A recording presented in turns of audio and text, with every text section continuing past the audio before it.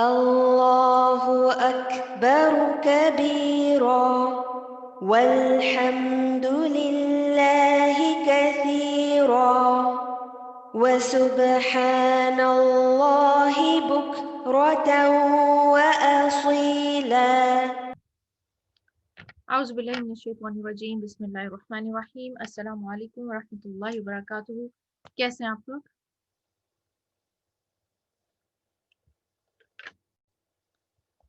آپ لوگوں کا ویک کیسا گزرا؟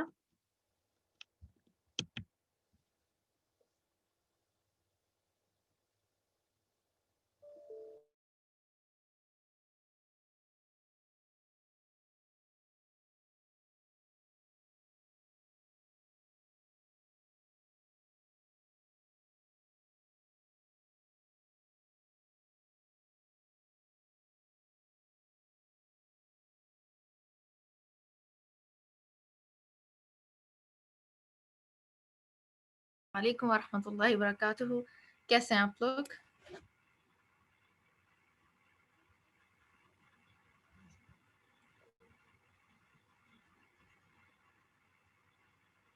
الحمدللہ۔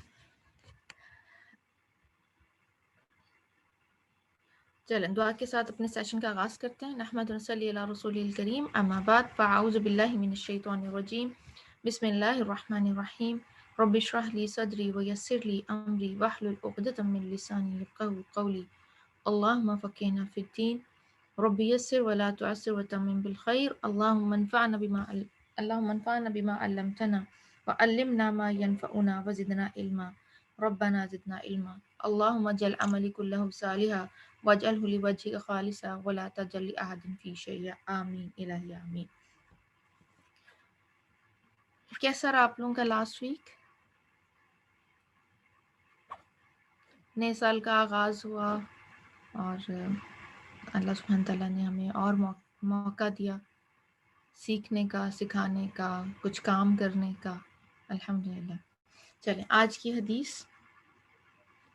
کچھ فاسٹ کچھ سلو، ایگزیکٹلی آج کی حدیث ہم دیکھ لیتے ہیں۔ اور آپ کو پتہ ہے کہ حدیثوں میں ساری ہم جو ہے وہ دعائیں بھی ہمارا ٹارگٹ ہے کہ جو دعائیں ہیں ان کے ورچوز پتہ چلیں اور ہم ان کو اپنی روٹین میں شامل کر سکیں۔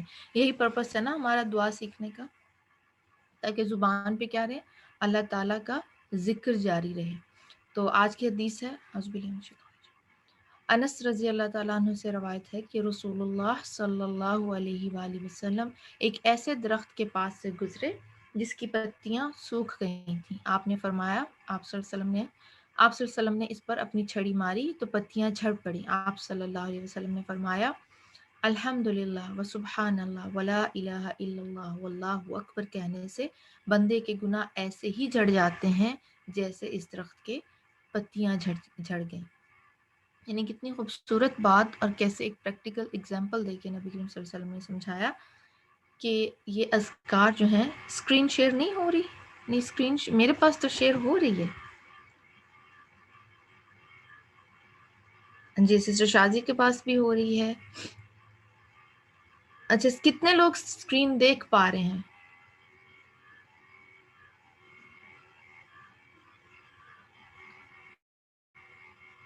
ہو رہی ہے، ہاں جی ابھی آ گئی، چلے اعوذ باللہ من الشیطان الرجیم۔ تو ہم جو اذکار ہیں یہ دیکھ رہے ہیں کہ یہ جو ہیں ان کی بہت زیادہ خاصیت، اور آپ صلی اللہ علیہ وسلم نے پریکٹیکل سے ہمیں سمجھایا کہ جیسے ایک درخت کے پتے کس طرح، سوکھے پتے جو ہوتے ہیں وہ کس طرح جھڑ جاتے ہیں، ہوا تھوڑی سی چلتی ہے جب ان کا ٹائم ہوا ہوتا ہے، جی نیٹ ورک ایشو بھی ہو سکتا ہے، تو وہ جھڑ جاتے ہیں۔ پھر ہم دیکھتے ہیں کہ سیورل جو ہیں مواقع پہ استاذہ نے ہمیں بتایا کہ صرف الحمدللہ کہنا کیا کرتا ہے، میزان کو بھر دیتا ہے۔ پھر سبحان اللہ و بحمدہ سبحان اللہ العظیم میزان کو بھر دیتا ہے۔ پھر ان پہ کیا ہے، بہت زیادہ نیکیاں لکھی جاتی ہیں۔ پھر لا الہ الا اللہ جو ہے توحید کا اقرار، وہ بھی میزان میں کیا ہوگا، بہت بھاری ہوگا۔ وہ حدیث کا مفہوم بھی ہے نا، جب ایک بندہ لایا جائے گا اور اس کا صرف ایک کاغذ پہ لکھا ہوا جو ٹکڑا رکھا جائے گا وہ جو ہے بھاری ہو جائے گا اس کی ساری گناہوں کے اوپر، اور پھر اللہ تعالیٰ اس کو بخش دیں گے۔ اور اللہ کی بڑائی بیان کرنا، یہ تسلیم کرنا کہ اللہ سبحانہ تعالیٰ ہمارا رب ہے، اول و آخر اور سب کچھ اللہ تعالیٰ کے اذن سے ہوتا ہے. تو آپ اس کو چاہیں تو ایک ہی گو میں بھی ہم پڑھ سکتے ہیں. اور پھر اس میں اس کا وہ بھی آتا ہے نا کہ جب رات کو آنکھ کھلے تو بھی آپ جب اس کو پڑھیں الحمدللہ سبحان اللہ ولا الہ الا اللہ واللہ اکبر اللہم اغفر لی، تو اس میں بھی اس کے بعد جو بھی دعا مانگی جائے وہ قبول ہوتی ہے. تو یعنی ڈفرینٹ طرح سے یہ اذکار جو ہیں نبی کریم صلی اللہ علیہ وسلم نے ہمیں سکھائے اور ڈفرینٹ طرح سے ان کی ویلیو بتائی، ان کا جو ہے امپورٹنس ان کی ہمیں بتائی. گناہوں کا جھرنا، یعنی ہم میں سے کون کہہ سکتا ہے، کلیم کر سکتا ہے کہ ہم کتنا بھی بچیں کہیں نہ کہیں فال کر جاتے ہیں اس چیز میں نا. تو اپنا کنٹینیوسلی تزکیہ کرنے کے لیے، اپنے آپ کو گناہوں سے بچانے کے لیے چھوٹے چھوٹے اذکار ہیں، ان کو اپنی زبان پہ رکھنا ہمیں چاہیے. تو اس کے بارے میں کوئی آپ بات شیئر کرنا چاہتے ہیں یا کچھ پوچھنا چاہتے ہیں تو آپ پوچھ سکتے ہیں. اور بچوں کو سکھانے کے لیے نا، آپ ہماری ریگولر اسٹوڈنٹ ہیں سسٹر شرینہ؟ آپ ریگولر اسٹوڈنٹ ہیں تو آپ اگر پورٹل پہ جائیں، وہاں سے ریکارڈنگ اور لاسٹ ویک کی ریکارڈنگ دیکھ لیں، تو وہاں سے آپ کو ویڈیو ریکارڈنگ میں حدیث مل جائے گی. ٹھیک ہے، صحیح ہے. ریکارڈنگ کی سہولت آپ سب لوگوں کو پتہ ہے، فوراً کلاس کے کچھ گھنٹوں کے بعد اپلوڈ ہو جاتی ہے اور آپ کوئی بھی اپنا مس ورک جو ہے وہاں سے کمپلیٹ کر سکتے ہیں. صحیح، تھوڑا سا کام کرنا پڑتا ہے، لیکن جہاں ہمارے جو ماڈریٹرز ہیں، ہمارے کو ورکرز ہیں، وہ اتنی ایفرٹ کرتے ہیں تو اس کو یوٹیلائز کرنا چاہیے نا. صحیح.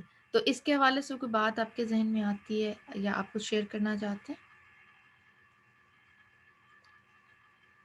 اچھا، بچوں کے حوالے سے میں کہہ رہی تھی، یہ چھوٹے چھوٹے ذکر جو اذکار ہیں، اگر بچے کو بہت چھوٹی ایج سے سکھا دیے جائیں تو وہ ان کی ایک ہیبٹ بن جائے گی کہ سبحان اللہ کہنا ہے، الحمدللہ کہنا ہے، اور لا الہ کہنا ہے، اللہ اکبر کہنا ہے. تو وہ بڑے ہوتے ہوتے پھر کیا ہے، ان کی ایک بہت اچھی ہیبٹ ڈیولپ ہو جائے گی. اور اس کے لیے کیا ہے کہ ہمیں خود پریکٹیکل کر کے ان کے ساتھ جو ہے وہ کہنا بنتا ہے. مثال کے طور پہ جیسے ہم سیڑھیاں اتر رہے ہیں تو کیا کہنا چاہیے، سبحان اللہ. اگر اوپر جا رہے ہیں تو اللہ اکبر. کچھ چیز دیکھی ہم نے، کوئی ہمیں اچھی لگی یا جس پہ بہت ہم کنٹینٹمنٹ کا اظہار کرنا چاہتے ہیں یا بہت سیٹسفائیڈ ہو گئے ہیں، تو اس پہ ہم کیا کہیں، الحمدللہ. اچھا، پھر جب کبھی کبھی ایسا لگتا ہے نا کہ ایمان کا لیول تھوڑا سا جو ہے شیکی ہو رہا ہے، یا ہمیں ایسا لگتا ہے کہ دنیا کی طرف ہم بہت زیادہ مائل ہونے لگے ہیں، تو اس ٹائم کیا کہہ سکتے ہیں، لا الہ الا اللہ. اپنے آپ کو ایک ریمائنڈر دے سکتے ہیں نا کہ ہمارا مالک کون ہے. جب خواہشات کا غلبہ ہوتا ہے انسان کے اوپر، جب دل چاہتا ہے بہت مختلف کام کرنے کو.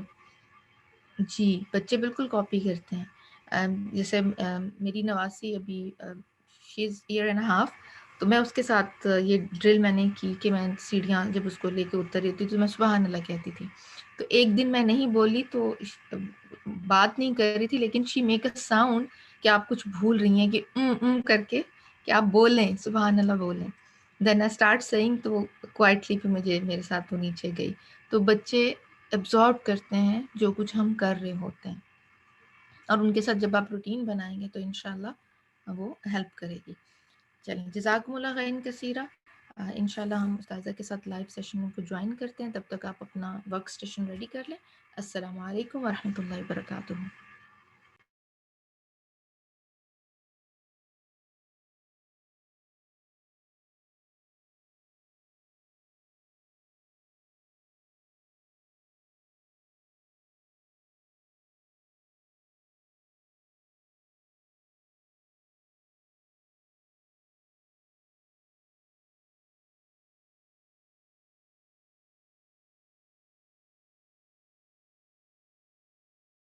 الحمد لله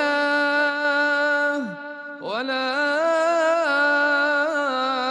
إله إلا الله والله أكبر سبحان الله والحمد لله ولا إله إلا الله والله أكبر سبحان الله وبحمده عدد خلقه ورضا نفسه وزنة عرشه ومداد كلماته سبحان الله وبحمده عدد خلقه ورضا نفسه وزنة عرشه ومداد كلماته سبحان الله وبحمده عدد خلقه ورضا نفسه وزنة عرشه ومداد كلماته لا الله أكبر الله أكبر ولله الحمد. السلام علیکم ورحمۃ اللہ وبرکاتہ. کیا حال ہے سب کا؟ الحمدللہ.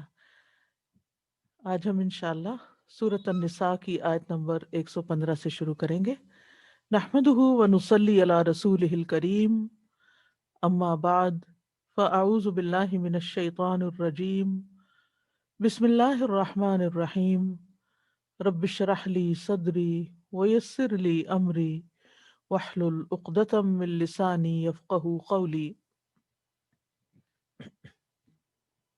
ومن يشاقق الرسول من بعد ما تبين له الهدى ويتبع غير سبيل المؤمنين نوله ما تولى ونصله جهنم وساءت مصيرا.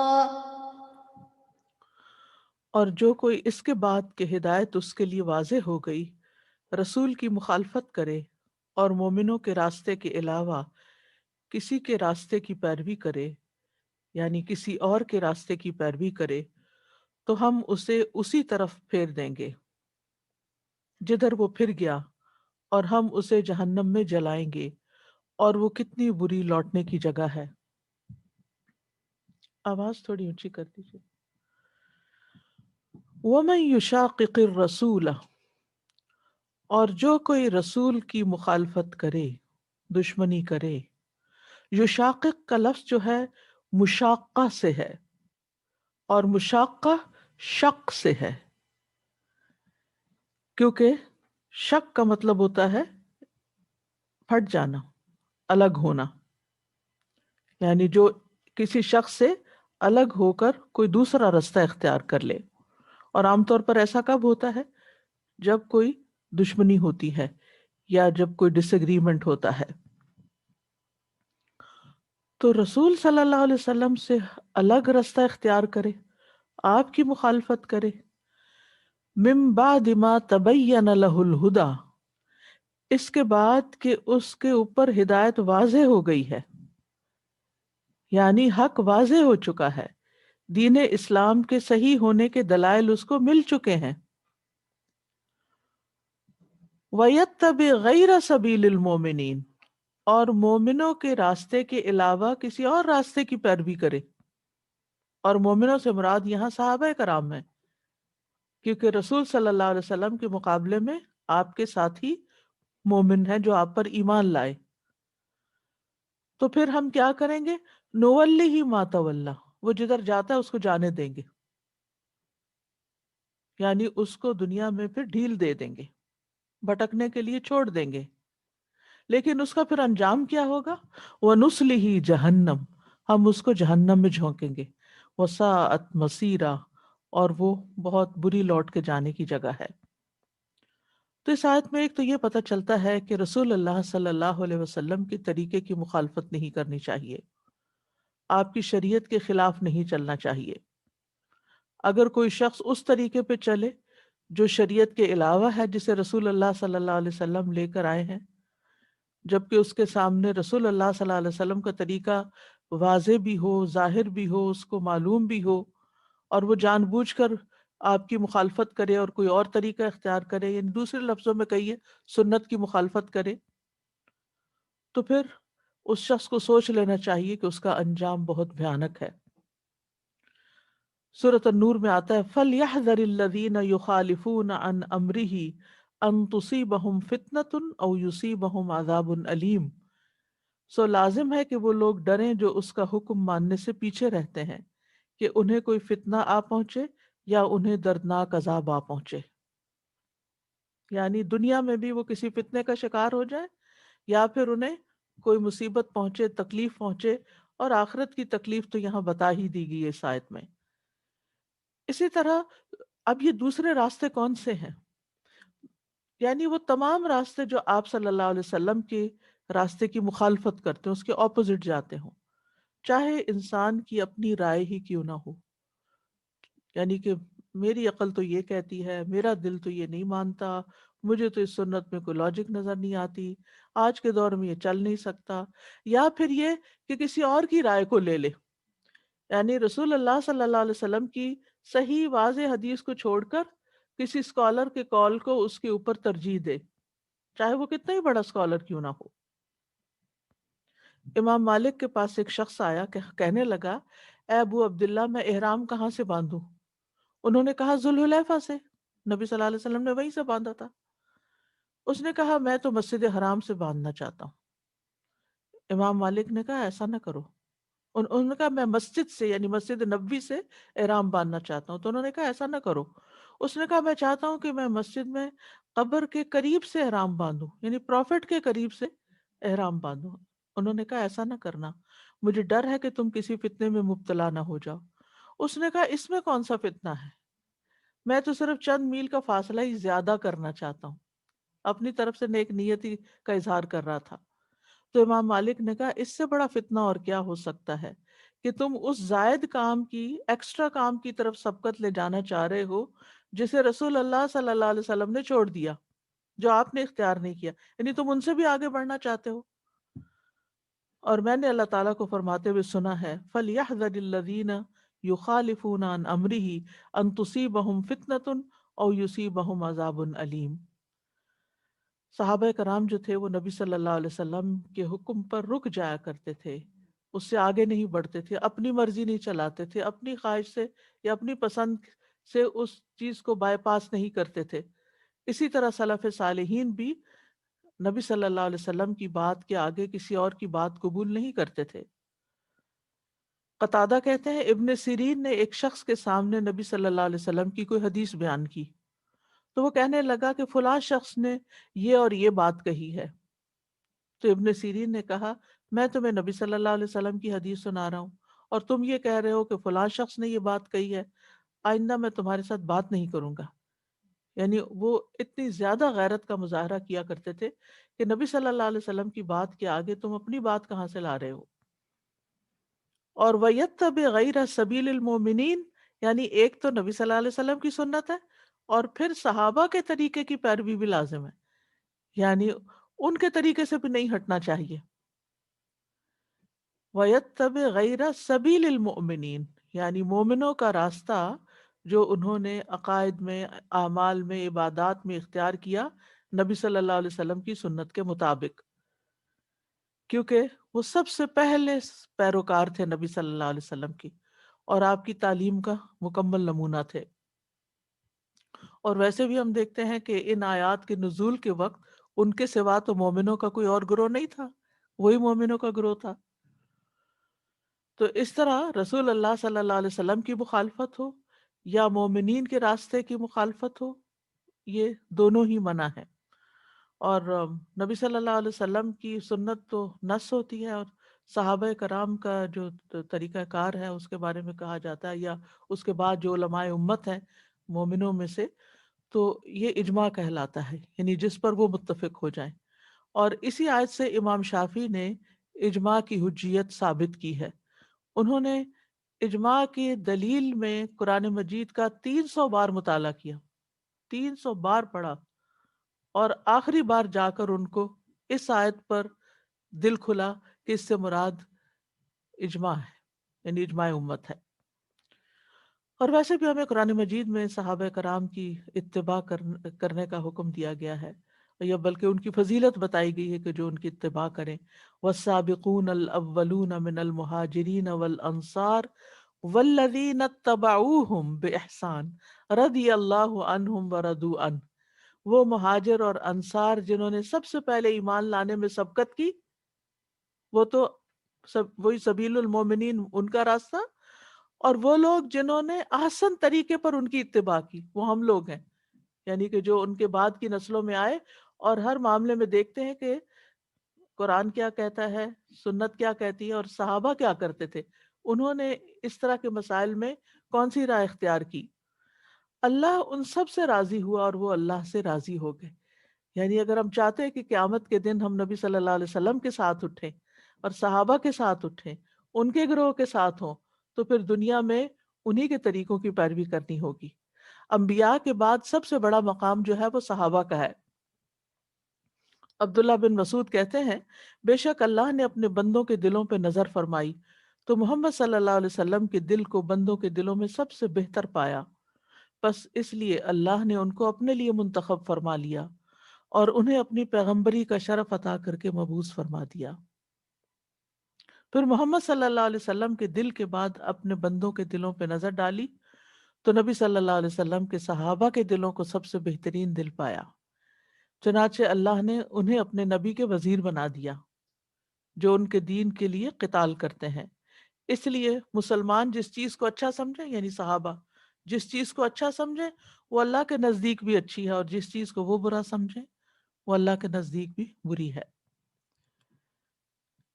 اسی طرح نبی صلی اللہ علیہ وسلم نے فرمایا، مسند احمد کی روایت ہے، تم میں سے جو شخص زندہ رہے گا تو وہ عنقریب بہت سے اختلافات دیکھے گا، لہٰذا میری سنت اور ہدایت یافتہ خلفائے راشدین کی جو سنت، یعنی نبی صلی اللہ علیہ وسلم کے بعد خلفائے راشدین جن کا دور تقریباً 30 سال تک تھا، جو سنت جانتے ہو اس کو اپنے لیے لازم پکڑو، اور امیر کی اطاعت اپنے اوپر لازم کر لو، خواہ حبشی غلام ہی کیوں نہ ہو۔ ان باتوں کو ڈاڑوں سے مضبوطی سے پکڑو، یعنی سیدھے راستے پہ رہنا تو یہ طریقہ اختیار کرو۔ نبی صلی اللہ علیہ وسلم نے نجات یافتہ گروہ اس کو قرار دیا کہ جس پر آپ اور آپ کے صحابہ ہیں، سنن ترمذی کی روایت کے مطابق۔ اور اگر کوئی اس راستے کو چھوڑتا ہے تو پھر ہم کیا کرتے ہیں؟ نولی ہی ما تولی، وہ جس کو آئیڈیالائز کرتا ہے، جس کے پیچھے جانا چاہتا ہے، ہم اس کو جانے دیتے ہیں، زبردستی واپس نہیں پکڑ کے لاتے، کیونکہ دنیا میں اللہ تعالیٰ نے انسان کو آزادی دی ہے، مہلت دی ہے، اور پھر اس کے لیے وہ راستہ آسان کر دیا جاتا ہے، مزین کر دیا جاتا ہے، اور وہ اس کے دل کو بھاتا ہے اور وہ اسی کی پیروی کرنے لگتا ہے۔ اور ادھر جاتے جاتے سنستدرجہم من حیث لا یعلمون، وہاں پہنچ جاتے ہیں جہاں انہیں پتہ بھی نہیں چلتا۔ وَنَذَرُهُمْ فِي طُغْيَانِهِمْ يَعْمَهُونَ۔ تو بات اس سے یہ پتہ چلتا ہے کہ انسان اپنی گمراہی کا پھر خود ذمہ دار ہے۔ اللہ نے واضح معیار کرائیٹیریا رکھ دیا ہمارے سامنے کہ کس کو فالو کرنا ہے، لیکن جب انسان خود اس سے منہ موڑتا ہے تو پھر اللہ تعالیٰ اس کو چھوڑ دیتے ہیں۔ لیکن یہ چھوڑنا صرف دنیا کی حد تک ہے، آخرت میں پکڑ ہوگی۔ وَنُصْلِهِ جَهَنَّمَ وَسَاءَتْ مَصِيرًا، ہم اسے جہنم میں جھونکیں گے اور وہ برا ٹھکانہ ہے۔ یعنی حق کے راستے کی مخالفت کرنے والوں کے لیے یہاں شدید وعید سنائی گئی ہے۔ اور نسلی کا لفظ جو ہے سلی ان سے ہے، السلی، صاد لام یا، اس کا مطلب ہوتا ہے آگ کو بھڑکانا، دہکانا، آگ سیکنا۔ صلا بالنار کا مطلب ہوتا ہے کسی چیز کو آگ کے ساتھ جلانا، یعنی آخرت میں اس کو جہنم میں بھون دیا جائے گا۔ وساعت مسیرا، اس سے بری ٹھکانہ کوئی نہیں، اس سے بدترین جگہ کوئی نہیں۔ نیکسٹ آیت۔ إن الله لا يغفر أن يشرك به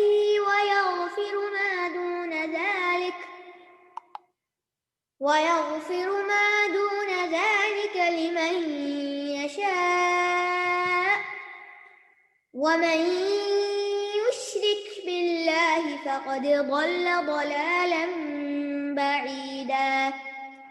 بے شک اللہ نہیں بخشے گا کہ اس کے ساتھ کسی کو شریک ٹھہرایا جائے، اور جو اس کے علاوہ ہوگا وہ بخش دے گا جس کے لیے وہ چاہے گا، اور جو کوئی اللہ کے ساتھ شریک ٹھہرائے تو یقیناً وہ گمراہی میں بہت دور بھٹک گیا۔ قرآن مجید کی آیت سب سے زیادہ امید دلانے والی ہے، ان آیات میں سے ایک ہے جو انسان کو پر امید کر دیتی ہیں۔ اسی طرح سورۃ النساء کی آیت نمبر 48 بھی ہے، ان اللہ لا یغفر ان یشرک بہ ویغفر ما دون ذلک لمن یشاء ومن یشرک باللہ فقد افترى اسما عظیما۔ بے شک اللہ اس بات کو نہیں بخشے گا کہ اس کا شریک بنایا جائے، اور وہ بخش دے گا جو اس کے علاوہ ہے جسے چاہے گا، اور جو اللہ کا شریک بنائے تو یقیناً اس نے بہت بڑا گناہ کھڑا۔ اسی طرح قرآن مجید کی کچھ اور آیتیں بھی ہیں جو انسان کو بہت ہوپ دلاتی ہیں، جن میں جنات عدن یدخلونہا سورۃ الرعد کی آیت 23 ہے، سورۃ الضحیٰ کی آیت ہے وَلَسَوْفَ يُعْطِيكَ رَبُّكَ فَتَرْضَىٰ۔ بہرحال قرآن مجید تو سارے کا سارا ہی انسان کے اندر ایک ایمان پیدا کرتا ہے، روشنی پیدا کرتا ہے، راہ دکھاتا ہے اس کو۔ تو یہاں فرمائے ان اللہ لا یغفر ان یشرک بہ، یقیناً اللہ معاف نہیں کرے گا، بخشے گا نہیں اس بات کو کہ اس کے ساتھ کسی کو شریک ٹھہرایا جائے۔ یعنی جو شخص کفر پر مرے گا، شرک پر مرے گا، اللہ تعالیٰ اس کو معاف نہیں کرے گا۔ یہاں اسپیسیفکلی شرک کی بات کی جا رہی ہے، جو ایک قسم کا کفر بھی ہے۔ شرک کا لغوی معنی ہوتا ہے کسی کو کسی چیز میں حصے دار بنا دینا، شریک بنا دینا، پارٹنر بنا دینا۔ جیسے بزنس پارٹنرز ہوتے ہیں، لائف پارٹنر ہوتا ہے، اور کئی چیزوں میں پارٹنرشپ ہوتی ہے۔ تو معبود ہونے میں، الہ ہونے میں کسی کو پارٹنر بنا دینا، اور وہ بھی مخلوق کو، کیونکہ اللہ سبحانہ تعالیٰ کے علاوہ جتنی بھی چیزیں ہیں وہ سب کیا ہیں؟ مخلوق ہیں۔ تو مخلوق کو خالق کے برابر قرار دے دینا، اس سے بڑا ظلم کوئی نہیں۔ اور اصطلاحی معنوں میں اللہ تعالیٰ کی ذات اور صفات میں کسی کو بھی شریک کرنا شرک کہلاتا ہے، چاہے وہ مٹی اور پتھر کے بت ہوں، چاہے وہ انسان ہوں، چاہے وہ کوئی بھی آبجیکٹ ہو، کیونکہ بات صرف انسانوں اور پتھروں تک نہیں رہ گئی، لکڑی بھی اور ہر مٹیریل کے بت بنتے ہیں، اور اس کے علاوہ جانوروں میں سے بھی کئی جانوروں کو بت بنایا ہوا ہے اور پوجا جا رہا ہے۔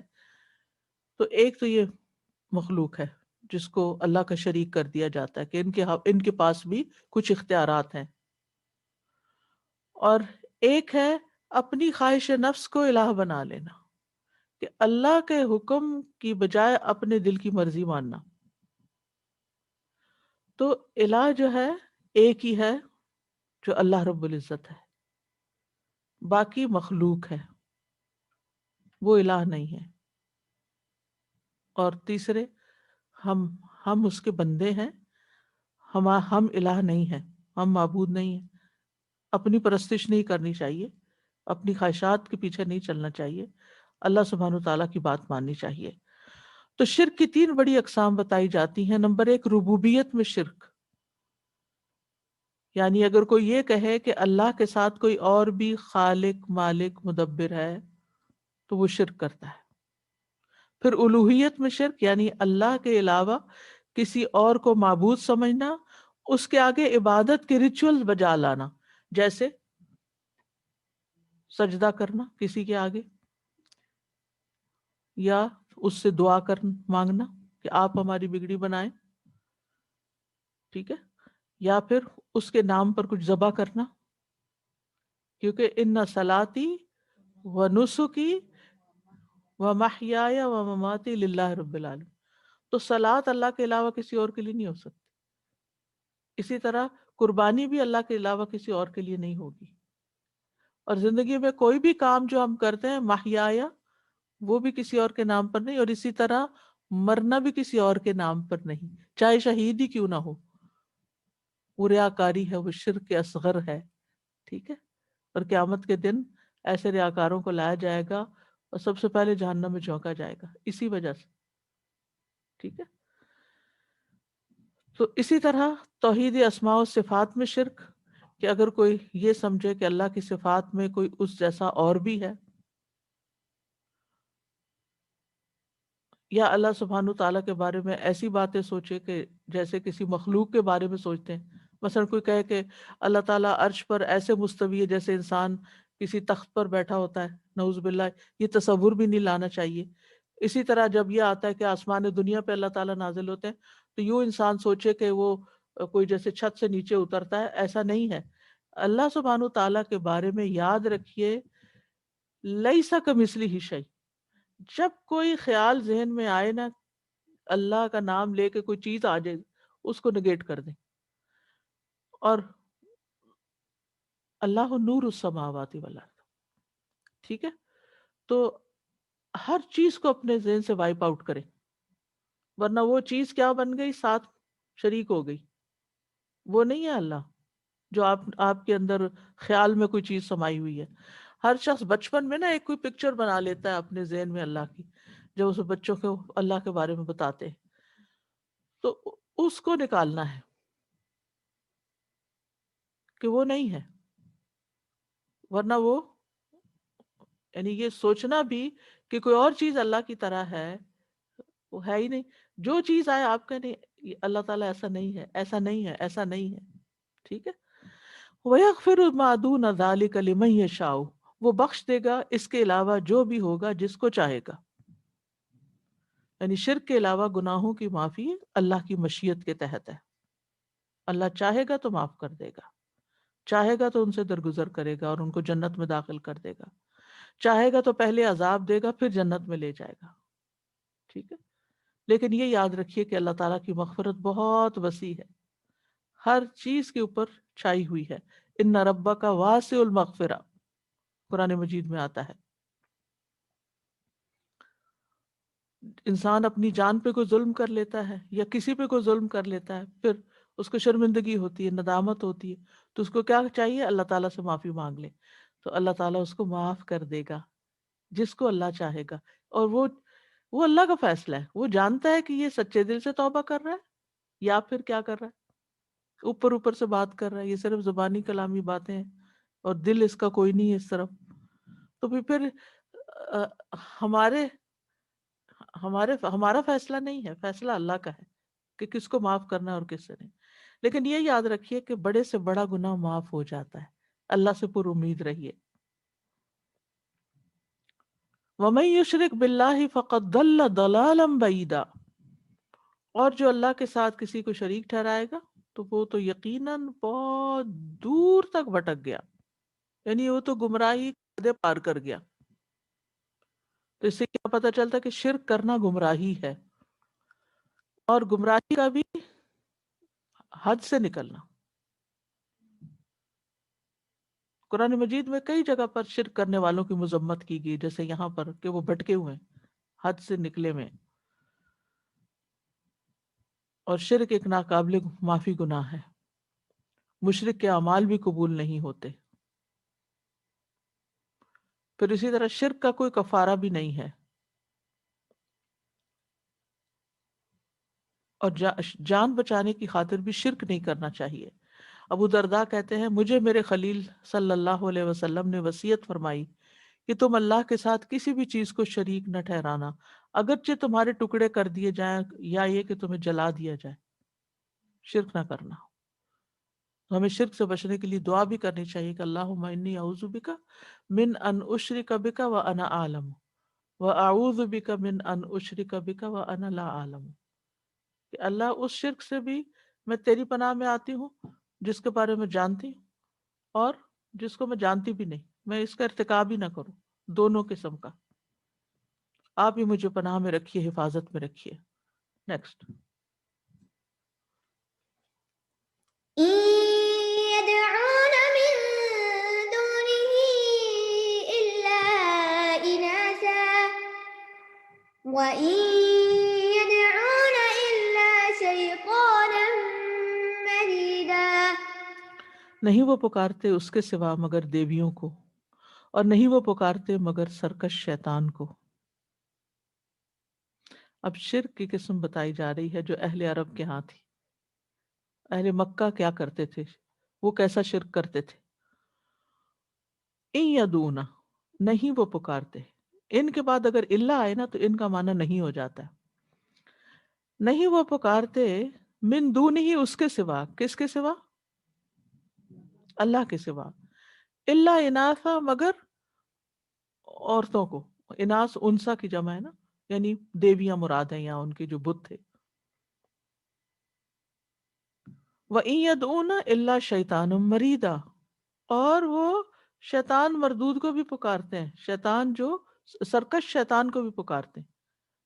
یعنی انہوں نے ایک طرف بتوں کو، دیویوں کو اللہ کا شریک ٹھہرایا ہوا، بنایا ہوا، اور دوسری طرف شیطان کو بھی. رائٹ، یہ مختصر معنی ہے اس کا. اور یدونا کا لفظ جو ہے، دعا جو ہے وہ عبادت کے معنوں میں ہے.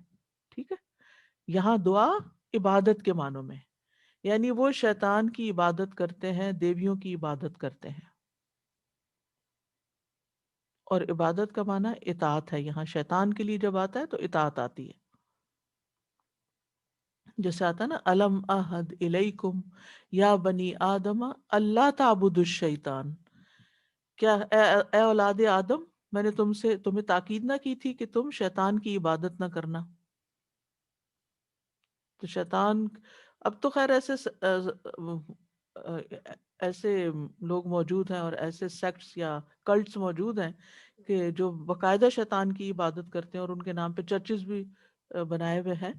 لیکن عمومی طور پر شیطان کی عبادت سے مراد اس کے وسوسوں میں آنا، اس کے بہلاوے میں آ جانا، اس کے رستے پہ چل پڑنا. تو ان یدونا الا اناثا، تو اناث یہاں مشرکوں کی وہ دیویاں ہیں جن کی خاص طور پر وہ بہت پوجا کرتے تھے. تو بتوں کو اناث کہا گیا یہاں. ٹھیک ہے، بتوں کو اناث کہا گیا کیونکہ زیادہ تر بت عورتوں کی شکل میں تھے، اٹریکٹو بنانے کے لیے. تو بتوں کے اکثر نام مؤنث ہیں، یعنی وہ ایسے بتوں کی عبادت کرتے ہیں جن کے نام عورتوں پر ہوتے ہیں. جیسے لات ہے تو یہ الہ کا مؤنث ہے. ٹھیک ہے، عزا ہے تو یہ عزیز کا مؤنث ہے، العزیز اللہ کا نام ہے نا. منات ہے تو منان کا مؤنث ہے. سورۃ النجم میں آتا ہے نا، افرأیتم اللات والعزی ومنات الثالثۃ الاخری الکم الذکر ولہ الانثی تلک اذا قسمۃ ضیزی ان ہی الا اسماء سمیتموها انتم وآباؤکم ما انزل اللہ بہا من سلطان.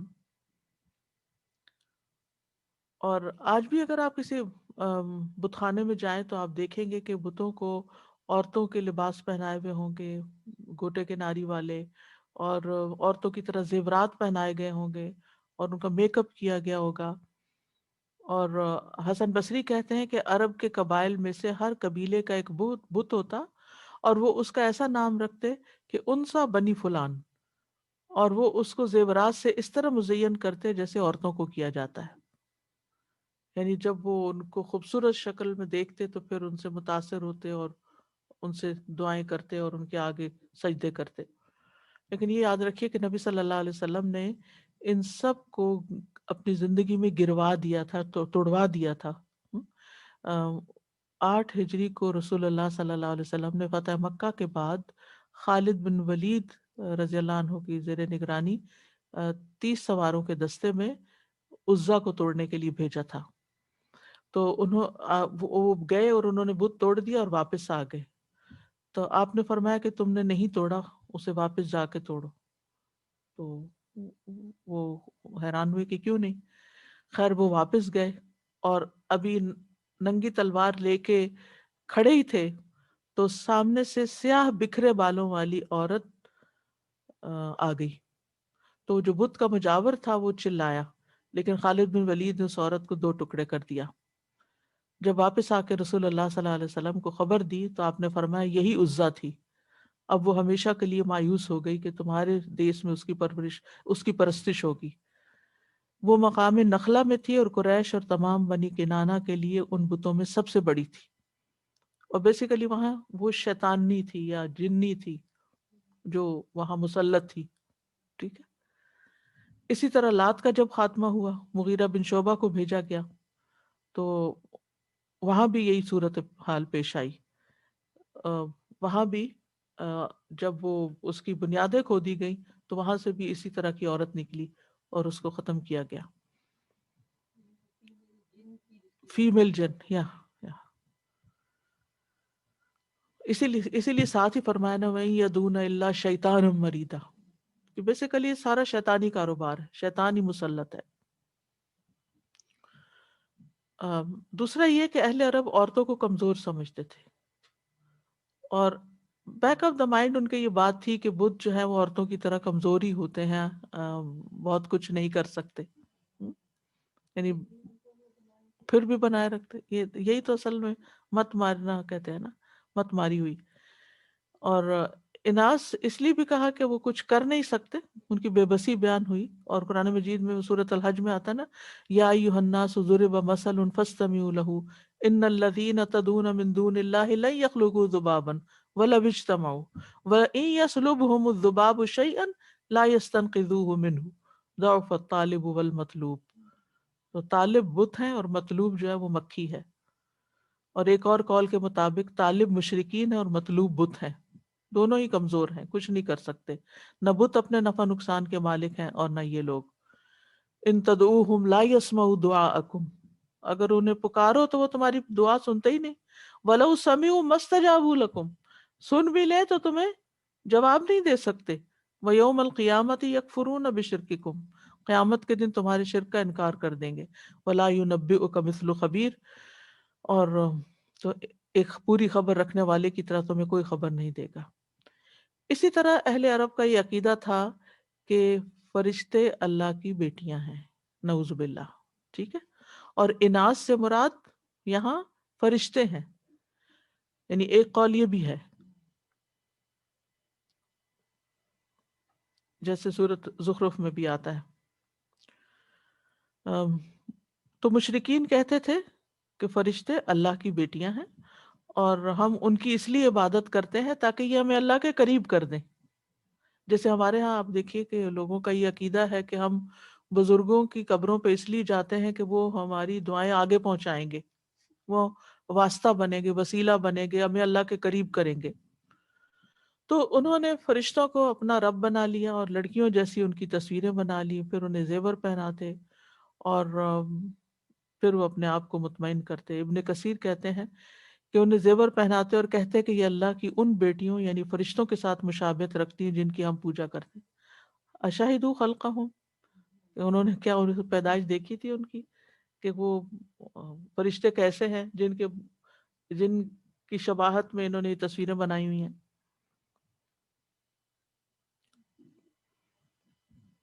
اور فرشتے جو ہیں وہ قیامت کے دن اپنی عبادت سے پورا انکار کر دیں گے.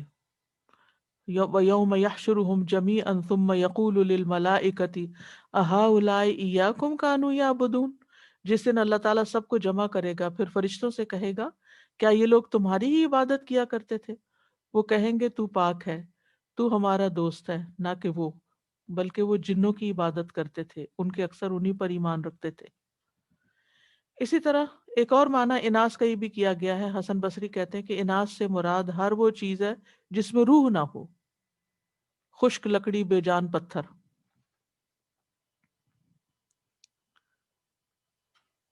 پھر یہ بات بھی کہ ہر بت، یعنی یہاں تک بات ختم ہوئی اناث سے مراد. اور یہ جو بات ہے کہ وَإِن يَدُونَ إِلَّا شَيْطَانًا مَرِيدًا، تو ابی ابن کعب کہتے ہیں کہ ہر بت کے ساتھ ایک جن عورت ہوتی تھی. یہ ابن کثیر نے لکھا ہے کہ ہر بت کے ساتھ ایک جن عورت ہوتی تھی. وَإِن يَدُونَ إِلَّا شَيْطَانًا مَرِيدًا، مرید کا مطلب ہوتا ہے سرکشی کرنے والا، ضدی، جو شر اور فساد میں انتہا کو پہنچا ہوا ہو. شیطان کی ضد یاد ہے؟ اچھا ایک بات یاد رکھیے کہ شیطان جو ہے وہ جنوں میں سے، اور جن جو ہے وہ آگ سے پیدا ہوئے ہیں. تو جن اور شیطان میں کیا فرق ہے؟ وہ کہتے ہیں جو جن ہوتے ہیں نا وہ مومن بھی ہوتے ہیں اور غیر مومن بھی ہوتے ہیں. تو جو غیر مومن ہے وہ شیطان کہلاتے ہیں. اس لیے اپنے بچوں کو کبھی بھی شیطان نہیں کہنا چاہیے. ٹھیک. تو مرید کا مطلب ہے سرکش. تو شیطان کو مرید کیوں کہا گیا؟ کیونکہ وہ ہر شر کے لیے تیار ہوتا ہے، خیر و برکت سے خالی. امرد کہتے ہیں اس نوخیز لڑکے کو جس کی داڑھی وغیرہ نہ ہو، بالوں سے خالی. اس درخت کو جو جس کے اوپر کچھ نہ اگتا ہو، پتے وتے نہ ہو، وہ شجر امرد کہلاتا ہے. اور ریتلا علاقہ جہاں کچھ نہیں اگتا اس کو رملۃ مردا کہلاتے ہیں، کہا جاتا ہے. تو شیطان بھی ہر خیر سے خالی ہے، اس لیے اس کو مرید کہا گیا. اور یہ کہتے ہیں کہ شر اور فساد پھیلانے والے جو شیاطین ہیں وہ 4 درجوں پر ہیں. پہلا درجہ مرید کا ہے، یعنی جو سب سے زیادہ سرکش ہے. دوسرا افریت ہے. تیسرا ساکن ہے. ساکن کا مطلب سکونت اختیار کرنے والا، جو گھروں میں رہتا ہے. چوتھا جنی ہے، یعنی جن. افریت جو ہے مرید کے تحت ہوتا ہے، اور جنی جو ہے وہ ساکن کے تحت ہوتا ہے. واللہ عالم. یہ لوگوں کی بنائی ہوئی تقسیم ہے علماء کی. تو شیطان کیا کرتا ہے؟ انسان کے لیے غیر اللہ کی عبادت کو مزین کر دیتا ہے، خوبصورت بنا دیتا ہے، لہذا لوگ اس طرف چل پڑتے ہیں. انسان جو ہے وہ جنوں کی عبادت کرتے ہیں، جس کا تذکرہ سورۃ الجن میں بھی ہوتا ہے. یعنی بعض انسان وہ کہتے ہیں نا کہ انہوں نے ہماری سرکشی کو اور بڑھا دیا. وَأَنَّهُ كَانَ رِجَالٌ مِّنَ الْإِنسِ يَعُوذُونَ بِرِجَالٍ مِّنَ الْجِنِّ فَزَادُوهُمْ رَهَقًا. ابن زید کہتے ہیں اسلام سے پہلے زمانے جاہلیت میں جب کوئی آدمی کسی جنگل یا وادی میں پڑاؤ ڈالتا تو کہتا میں اس وادی کے جنوں کے سردار کی پناہ میں آتا ہوں. یعنی ان سے ڈرتے تھے اور ان سے مدد مانگتے اور ان کے آگے پوجا پاٹ کرتے. تو اس سے شیطانوں کی سرکشی اور زیادہ بڑھ گئی. تو شیطان کی عبادت میں باقاعدہ عبادت بھی شامل ہے، دعائیں کرنا بھی شامل ہے، اور ان کی اطاعت وغیرہ کرنا. لعنہ اللہ. Next time. لعنه الله وقال لأتخذن من عبادك نصيبا مفروضا. اللہ نے اس پر لعنت کی اور اس نے کہا میں تیرے بندوں میں سے ایک مقرر حصہ ضرور لے کر رہوں گا.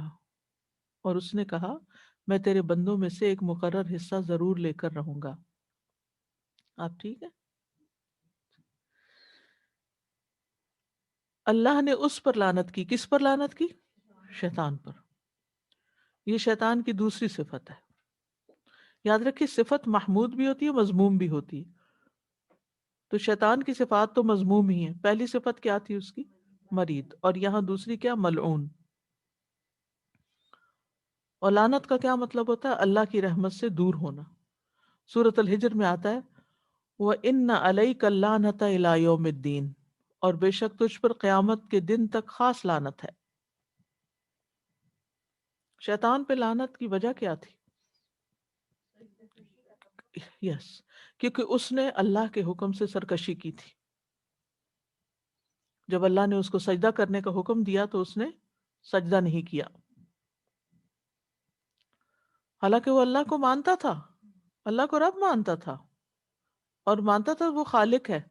اس نے کہا تھا خلقتنی من نار، خلقتنی تو نے مجھے پیدا کیا. اس کو ہوتا اللہ کو مانتا تھا، اللہ سے ہم کلام بھی ہوا اور اس کے باوجود سرکش ہو گیا.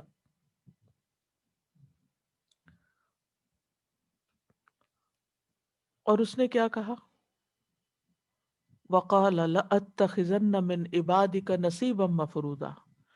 کہنے لگا کہ میں ضرور، قسم، یہ لام قسم کا ہے، لازمی طور پر اس جملے میں 3 مؤکدات ہیں، لام تاکید، نون تاکید اور قسم جو مقدر ہے، یعنی اس کے اندر چھپی ہوئی ہے. کہنے لگا میں ضرور بضرور تیرے بندوں میں سے ایک مقرر حصہ پرسنٹیج لے کر رہوں گا. لے کے رہوں گا کیا مطلب؟ اپنے رستے پہ چلاؤں گا اور جہنم میں لے کے ساتھ جاؤں گا.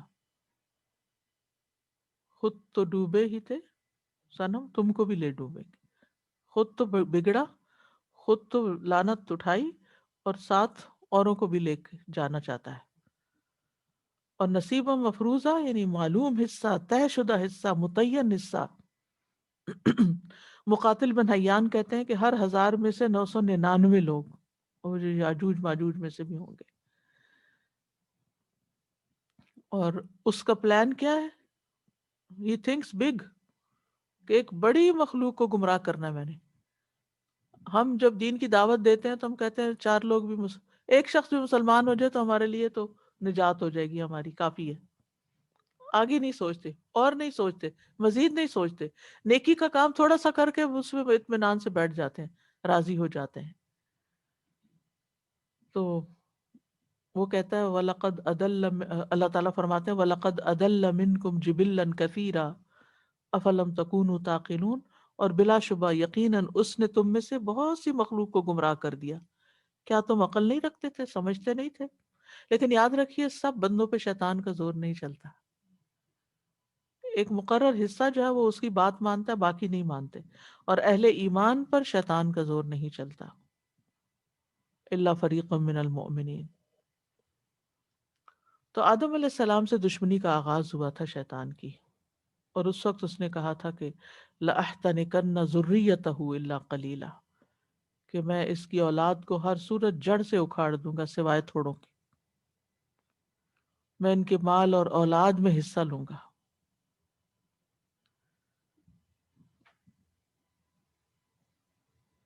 اور جس یعنی میاں بیوی اگر دعا پڑھے بغیر ملاپ کرتے ہیں تو پھر شیطان شریک ہو جاتا ہے، اور بعض اوقات ایسی اولاد پیدا ہوتی ہے گویا کہ شیطان ہی ہو. تو یعنی کہ انسان کی پیدائش سے پہلے ہی وہ پلاننگ کر لیتا ہے کہ میں نے شریک ہو جانا ہے. جہاں اللہ کا نام نہیں لیں گے میں اس کام میں شریک ہو جاؤں گا ان کا. پہلے تو اولاد یعنی آدم علیہ السلام کی پیدائش سے دشمنی پیدا ہوئی، پھر اولاد آدم جو بھی بچہ پیدا ہوگا اگر والدین نے اللہ کا نام نہیں لیا تو پیدائش سے پہلے، ورنہ جو ہی بچہ پیدا ہوتا ہے تو ساتھ ہی ٹھوکے لگاتا ہے اس کو، وہ بچہ چیختا ہے. اسی لیے حضرت مریم کی والدہ نے دعا کی تھی انی اعیذها بک وذریتها من الشیطان الرجیم. آپ صلی اللہ علیہ وسلم نے فرمایا ہر بنی آدم جب پیدا ہوتا ہے تو پیدائش کے وقت شیطان اسے چھوتا ہے، اور بچہ شیطان کے چھونے کی وجہ سے زور سے چیختا ہے، سوائے مریم اور ان کے بیٹے عیسیٰ علیہ السلام کے، کیونکہ انہوں نے یہ آیت پڑھی تھی، یہ دعا پڑھی تھی جو قرآن مجید میں آتی ہے. پھر اسی طرح یہ کہ ہر انسان پہ ایک شیطان مسلط ہے جو اس کو بھٹکاتا ہے، سوائے نبی صلی اللہ علیہ وسلم کے کہ ان کا شیطان جو تھا وہ مسلمان ہو گیا تھا. شیطان انسان کے جسم میں خون کی طرح دوڑتا ہے، ہر کام میں ساتھ شریک ہونا چاہتا ہے. ہر کام میں جو آپ کرتے ہیں نا، آگے کا اور کچھ نہیں تو اگر آپ کو روک نہیں سکتا نا تو نیت ہی خراب کر دے گا. کھانا کھاتے وقت، واش روم جاتے وقت، کوئی بھی چیز ہو. اسی لیے کہا گیا کہ اگر کھانا کھاتے ہوئے لقمہ گر جائے نا تو اسے شیطان کے لیے نہ چھوڑو، اٹھاؤ صاف کر کے کھا لو. اسی طرح یہ کہ کھانے کے بعد انگلیاں وغیرہ چاٹ لو. بچوں پہ شیطان کا زور چلتا ہے. عبداللہ بن دینار کہتے ہیں کہ میں عبداللہ بن عمر کے ساتھ بازار گیا تو ایک چھوٹی سی بچی کے پاس سے ہم گزرے جو گا رہی تھی. اس پر ابن عمر نے کہا شیطان اگر کسی کو چھوڑ دیتا تو اس کو چھوڑ دیتا، یعنی بچوں کو بھی نہیں چھوڑتا. بچوں کے ذریعے وہ بچوں پہ مسلط ہوتا ہے اور پھر ان کے ذریعے غلط کام کرواتا ہے. جیسے ایک دفعہ کھانا لگا ہوا تھا تو ایک بچی دوڑتی ہوئی آئی اور اس نے منہ میں ڈالنا چاہا تو آپ صلی اللہ علیہ وسلم یعنی اس کا ہاتھ پکڑ لیا. آپ نے فرمایا جس کھانے پر اللہ کا نام نہ لیا گیا شیطان اسے اپنے لیے حلال سمجھتا ہے. نیکسٹ. وَلَأُضِلَّنَّهُمْ وَلَأُمَنِّيَنَّهُمْ وَلَآمُرَنَّهُمْ فَلَيُبَتِّكُنَّ آذَانَ الْأَنْعَامِ وَلَآمُرَنَّهُمْ فَلَيُغَيِّرُنَّ خَلْقَ اللَّهِ وَمَن يَتَّخِذِ الشَّيْطَانَ وَلِيًّا مِّن دُونِ اللَّهِ فَقَدْ خَسِرَ خُسْرَانًا مُّبِينًا۔ اور البتہ میں ضرور انہیں بھٹکاؤں گا، اور میں ضرور انہیں امیدیں دلاؤں گا، اور میں ضرور انہیں حکم دوں گا، پھر وہ ضرور مویشیوں کے کان کاٹیں گے، اور میں ضرور انہیں حکم دوں گا تو وہ ضرور اللہ کی تخلیق کو بدل ڈالیں گے۔ اور جو کوئی اللہ کو چھوڑ کر شیطان کو دوست بنائے تو یقیناً اس نے کھلا نقصان اٹھایا، یعنی واضح نقصان پایا۔ وَلَأُضِلَّنَّهُمْ، اور میں ضرور ان کو بھٹکاؤں گا۔ یعنی شیطان انسان کے ساتھ دوستی لگاتا ہے اور پھر اس کو آہستہ آہستہ اپنے ڈھپے لے جاتا ہے، اور یہ اس کا ٹرک ہے، کیونکہ جو شخص کسی کا دوست بن جائے اس کو اس کی بات ٹالنا مشکل ہوتی ہے۔ بہت سے بچے کیوں بھٹکتے ہیں؟ کمپنی کی وجہ سے، ان کے جیسے ان کے دوست ہوتے ہیں وہ ویسے ہی بن جاتے ہیں۔ اور یہاں بھی آپ دیکھیں وَلَأُضِلَّنَّ، 3 مؤکدات ہیں کہ نہیں، اس نے اس پر بھی، بھٹکانے پر بھی پکی قسم کھائی ہوئی ہے کہ میں صراط مستقیم پر جانے نہیں دوں گا، ان کو اس رستے سے ہٹا دوں گا، علم اور عمل میں انہیں گمراہ کر کے رہوں گا۔ اور پھر یہ کہ وہ بتدریج ایسا کرتا ہے، جیسے قوم نوح کو اس نے کیا کیا، شرک کیسے ان کے اندر لایا، آہستہ آہستہ بزرگوں کی پہلے تصویریں بنائیں، پھر جب وہ فوت ہوئے پھر اس کو آہستہ آہستہ انہی کی عبادت کروانے لگا۔ تو شیطان کی جو گمراہیاں ہیں وہ خاص طور پر سب سے پہلے کہ ایمان خراب کرتا ہے، ایمان پہ ڈاکہ ڈالتا ہے، عقائد میں شک پیدا کرتا ہے۔ جب اس پہ اس کو قدرت حاصل نہیں ہوتی تو پھر نافرمانیوں کا حکم دیتا ہے، حرام کام کرنے کو کہتا ہے۔ جب دیکھتا ہے کہ نہیں یہ حرام میں نہیں پڑتا یہ شخص، نیکیوں سے روک لیتا ہے۔ بعض اوقات انسان کہتا ہے نا کہ میں کوئی غلط کام تو نہیں کرتا اور نماز روزہ کرتا ہوں تو اب ضروری ہے یہ بھی کروں یہ بھی کروں، میری اتنا ہی کافی ہے۔ اگر یہ دیکھتا ہے کہ نہیں یہ بندہ تو نیکیوں سے رکتا ہی نہیں، تو پھر ریاکاری داخل کرتا ہے، دکھاوا کرواتا ہے۔ اور اگر اس سے انسان نکل آئے تو دل میں خود پسندی ڈال دیتا ہے، واہ تم تو کیا ہی شاندار انسان ہو، اور اس کے عمل کو بڑا کر کر کے دکھاتا، تم نے تو یہ بھی کارنامہ کیا اور یہ بھی کیا اور یہ بھی کیا۔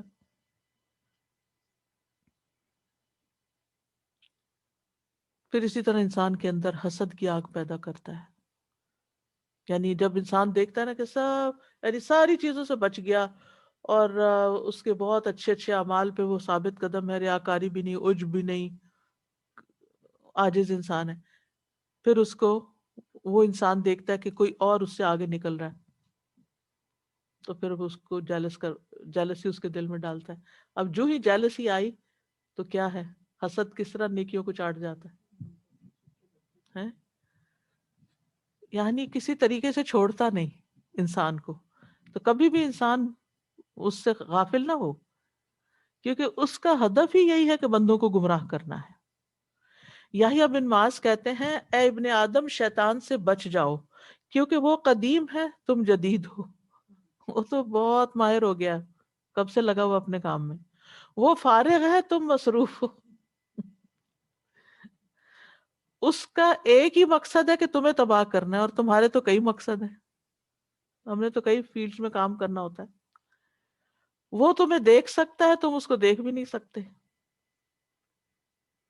تم اسے بھول جاتے ہو، وہ کسی وقت بھی نہیں بھولتا، تمہارے پیچھے ہی لگا رہتا ہے۔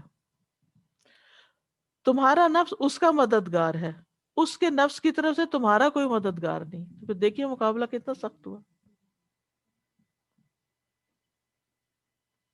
کبھی بھی یہ نہیں سوچنا چاہیے کہ نہیں میں شیطان مجھے کچھ نہیں کر سکتا۔ شیطان تو سیدھے رستے پہ بیٹھا ہوا ہے، اسلام کے رستے پہ بیٹھا ہوا ہے، اور اس کو بہکاتا ہے اچھا تم نے یہ کر لیا اس کا یہ نقصان ہوگا. یعنی انسان جو بھی نیکی کا کام کرتا ہے نا تو اس کے دل میں ایسے وسوسے ڈالتا ہے کہ دیکھو پھر تم دوسروں سے پیچھے رہ جاؤ گے، لوگ اس وقت دنیا کا مال کما رہے ہیں اور تم بیٹھ کے دین کی خدمت کر رہے ہو، لوگ کہاں پہنچ گئے ہیں، تم کہاں پہنچے ہو، فلاں نے اتنا بڑا گھر خرید لیا ہے، تم وہیں کے وہیں بیٹھے ہو.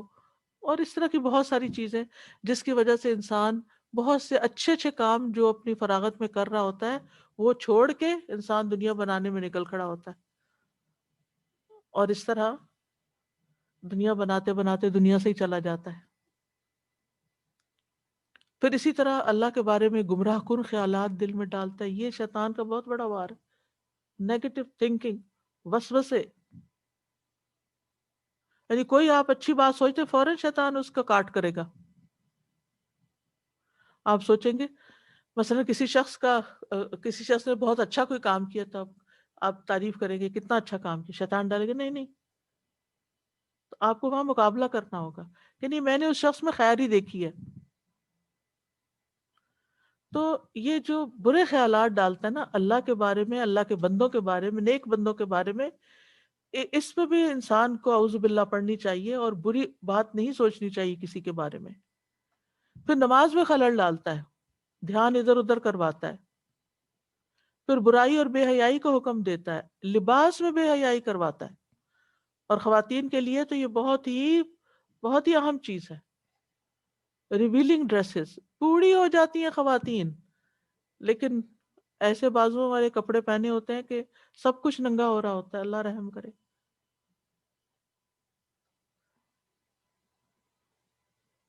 یعنی مجھے کبھی سمجھ نہیں آتی بعض اوقات کہ ہم اپنا جسم کیوں دکھانا چاہتے ہیں. اس میں کیا خوبصورتی ہے؟ اس سے کیا حاصل ہوتا ہے؟ اس سے کون خوش ہوتا ہے؟ یا شیطان کے چیلے. ایمان والوں کو تو ایسے نہ ڈریسز اچھے لگتے نہ کسی کو پہنا ہوا دیکھ کے اچھا لگتا ہے. اگر آپ کے دل میں ایمان ہے نا تو کوئی ٹائٹ کپڑا پہنے ہوئے ہو یا ننگا ہو رہا ہو پہن کے تو آپ کا دل بھی نہیں کرے گا اس کو دیکھنے کو. خوبصورتی تو کہاں لگے گی.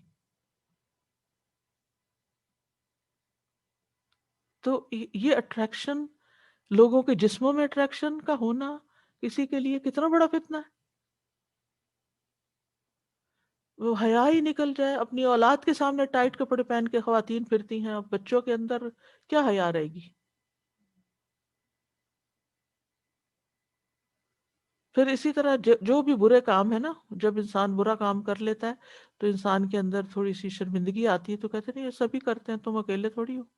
اس کو ختم کر دیتا اس خیال کو ہی. پھر عداوت اور دشمنی پیدا کرتے. دیکھو فلاں نے تمہارے ساتھ کیا کیا، یہ تمہارے بہن بھائی کو تمہارا کوئی خیال نہیں ہے. تمہاری ماں نے بھی تمہارے ساتھ بڑی زیادتی کی، باپ تو تمہیں پوچھتا نہیں، شوہر تو تمہیں ایسا ملا. اس ہر وقت کسی نہ کسی کے خلاف. اولاد تمہاری ایسی ہے. تو یہ ہر ایک کے بارے میں بری بات دل میں ڈال کے تو دل کو جلاتا ہے. پھر اسی طرح علم والوں کو بھی نہیں چھوڑتا.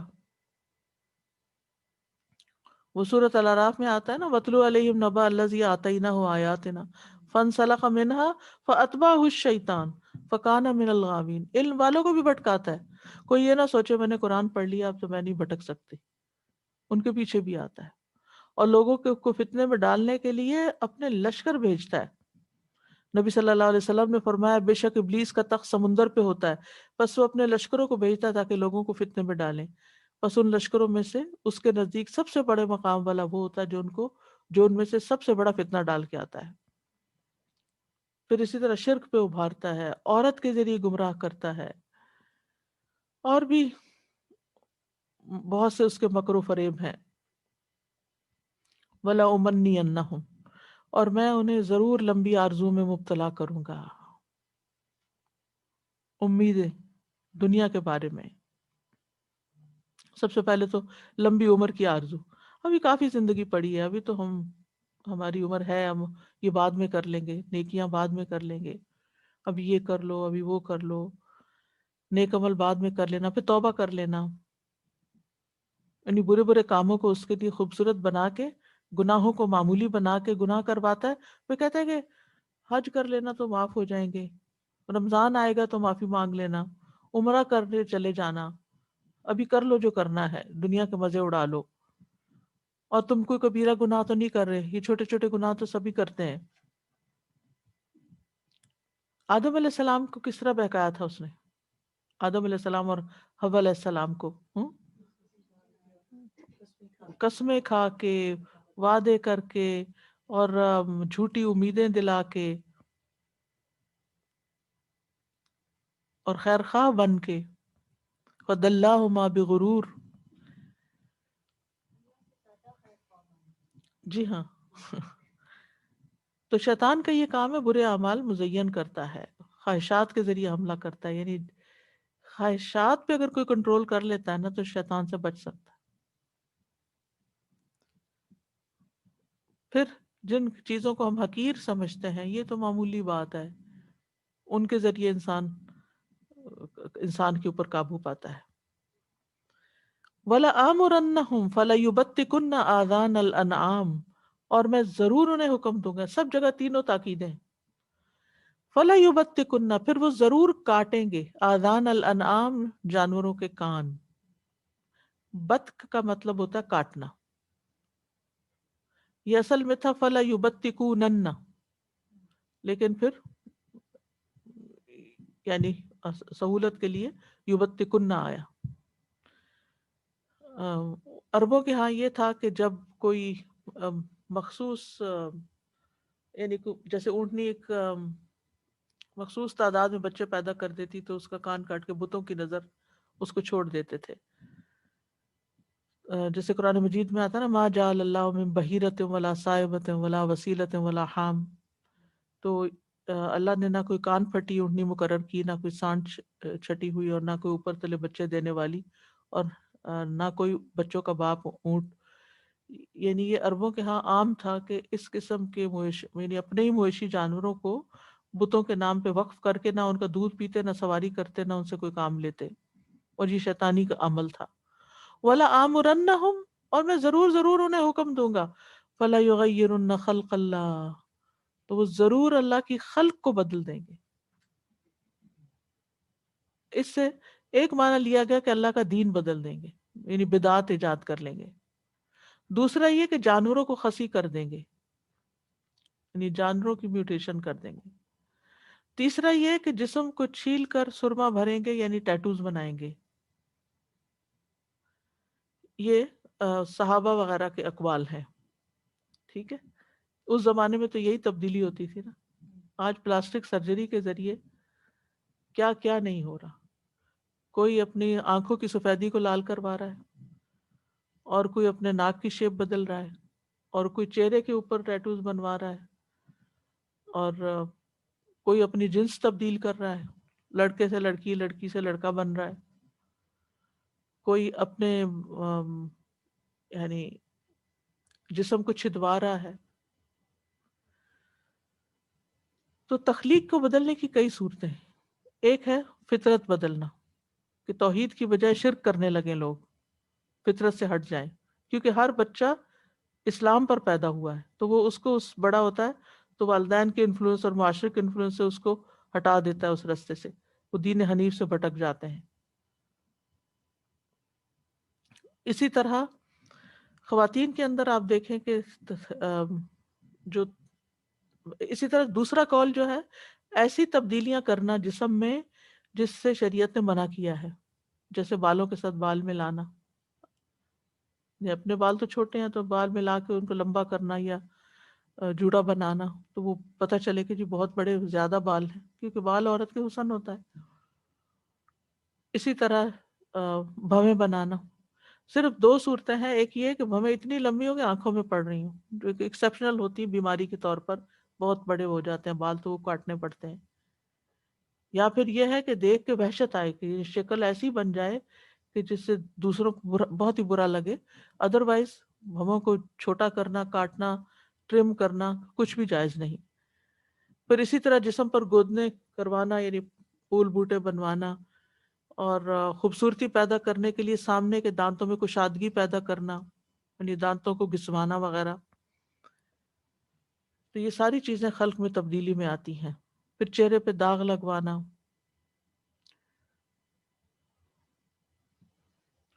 جن چیزوں کو بدلنے کی اجازت ہے وہ کیا ہے؟ جیسے بال کاٹنا، بغلوں کے بال صاف کرنا، زیر ناف بال صاف کرنا، ناخن کاٹنا، یہ خلق میں تبدیلی نہیں ہے، ان کی اجازت دی گئی ہے کیونکہ اس میں بہت سی مصلحتیں ہیں، فائدے ہیں۔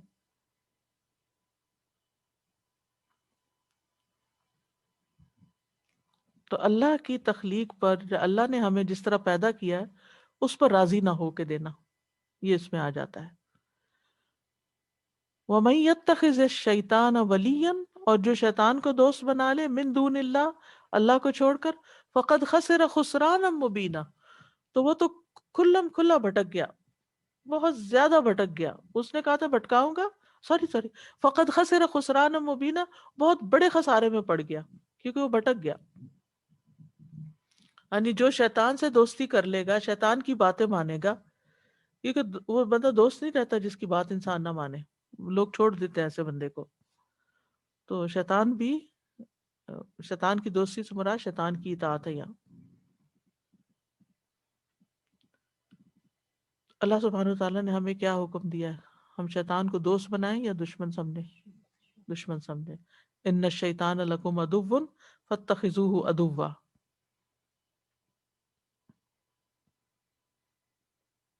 ایک اور جگہ بھی آتا ہے افتتخذونہ وذریتہ اولیاء من دونی وہم لکم عدو بئس للظالمین بدلا، تو کیا تم اسے اور اس کی اولاد کو مجھے چھوڑ کر دوست بناتے ہو حالانکہ وہ تمہارے دشمن ہیں، وہ شیطان ظالموں کے لیے بہت برا بدل ہے۔ نیکسٹ۔ يعدهم ويمنيهم وما يعدهم الشيطان إلا غرورا، وہ ان سے وعدہ کرتا ہے اور انہیں امیدیں دلاتا ہے، اور نہیں وعدہ کرتا ان سے شیطان مگر دھوکے کا۔ کیسے وعدے کرتا ہے؟ جھوٹے وعدے، یعنی جب وہ برائی کی طرف لے جاتا ہے تو ان کے دل میں تسلی ڈالتا ہے کہ میں تمہاری مدد کروں گا، لیکن عین موقع پر بھاگ جاتا ہے۔ اور وعد بمعنی وعید بھی ہے۔ وعید کا کیا معنی ہوتا ہے؟ ڈرانا، یعنی انسان جب نیکی کے کام کرتا ہے تو اس کو ڈراتا ہے، خوف میں رکھتا ہے۔ مال خرچ کر رہے ہو فقیر ہو جاؤ گے، حج پہ جا رہے ہو کیا پتہ مر جاؤ وہاں۔ یعنی کوئی بھی نیکی کا کام انسان کرنے لگتا ہے تو اس کو اس میں اس کا دل نہیں لگنے دیتا، جیسے نماز ہے، وضو ہے، وضو کو مشکل بنا دیتا، نماز پڑھنے میں دل نہیں لگنے دیتا کہ جلدی سے جیسے قید ہو بندہ، بس جلدی ختم کرے اس کو۔ اسی لیے اکثر لوگ تیز تیز جلدی جلدی پڑھ کے اٹھ جاتے ہیں، حتیٰ کہ ذکر کے لیے بھی نہیں بیٹھتے بعد میں۔ وَيُمَنِّيهِمْ، اور انہیں امیدیں دلاتا ہے، یعنی جھوٹی آرزویں، باطل خواہشات، اور اس طرح کی امیدیں بھی کہ تم کامیاب انسان ہو، تم بڑے نیک ہو، تم تو آخرت میں کامیاب ہی ہوگے، آخرت کی فکر ہی دل سے نکالنے کا کرتا ہے۔ وَمَا يَعِدُهُمُ الشَّيْطَانُ إِلَّا غُرُورًا، اور شیطان تو صرف دھوکے کا ہی وعدہ کرتا ہے، یعنی شیطان کے وعدے دھوکے پر مبنی ہیں۔ کیسے؟ شیطان جن رستوں پہ انسان کو لے جاتا ہے وہ بظاہر خوبصورت ہوتے ہیں، لیکن نتیجہ ان کا کیا نکلتا ہے دنیا میں بھی؟ مثلا کہتا ہے چوری کرو، مفت میں مال ہاتھ آ جائے گا، لیکن نتیجہ کیا ہے کہ ہاتھ کٹوا بیٹھے انسان۔ آج کل تو خیر یہ نہیں ہے، لیکن بدنامی، جی، اور حرام مال میں برکت کہاں سے ہوتی ہے؟ ایسے مال میں تو برکت ہی نہیں ہوتی۔ اسی طرح خیانت، اسی طرح اور چیزیں۔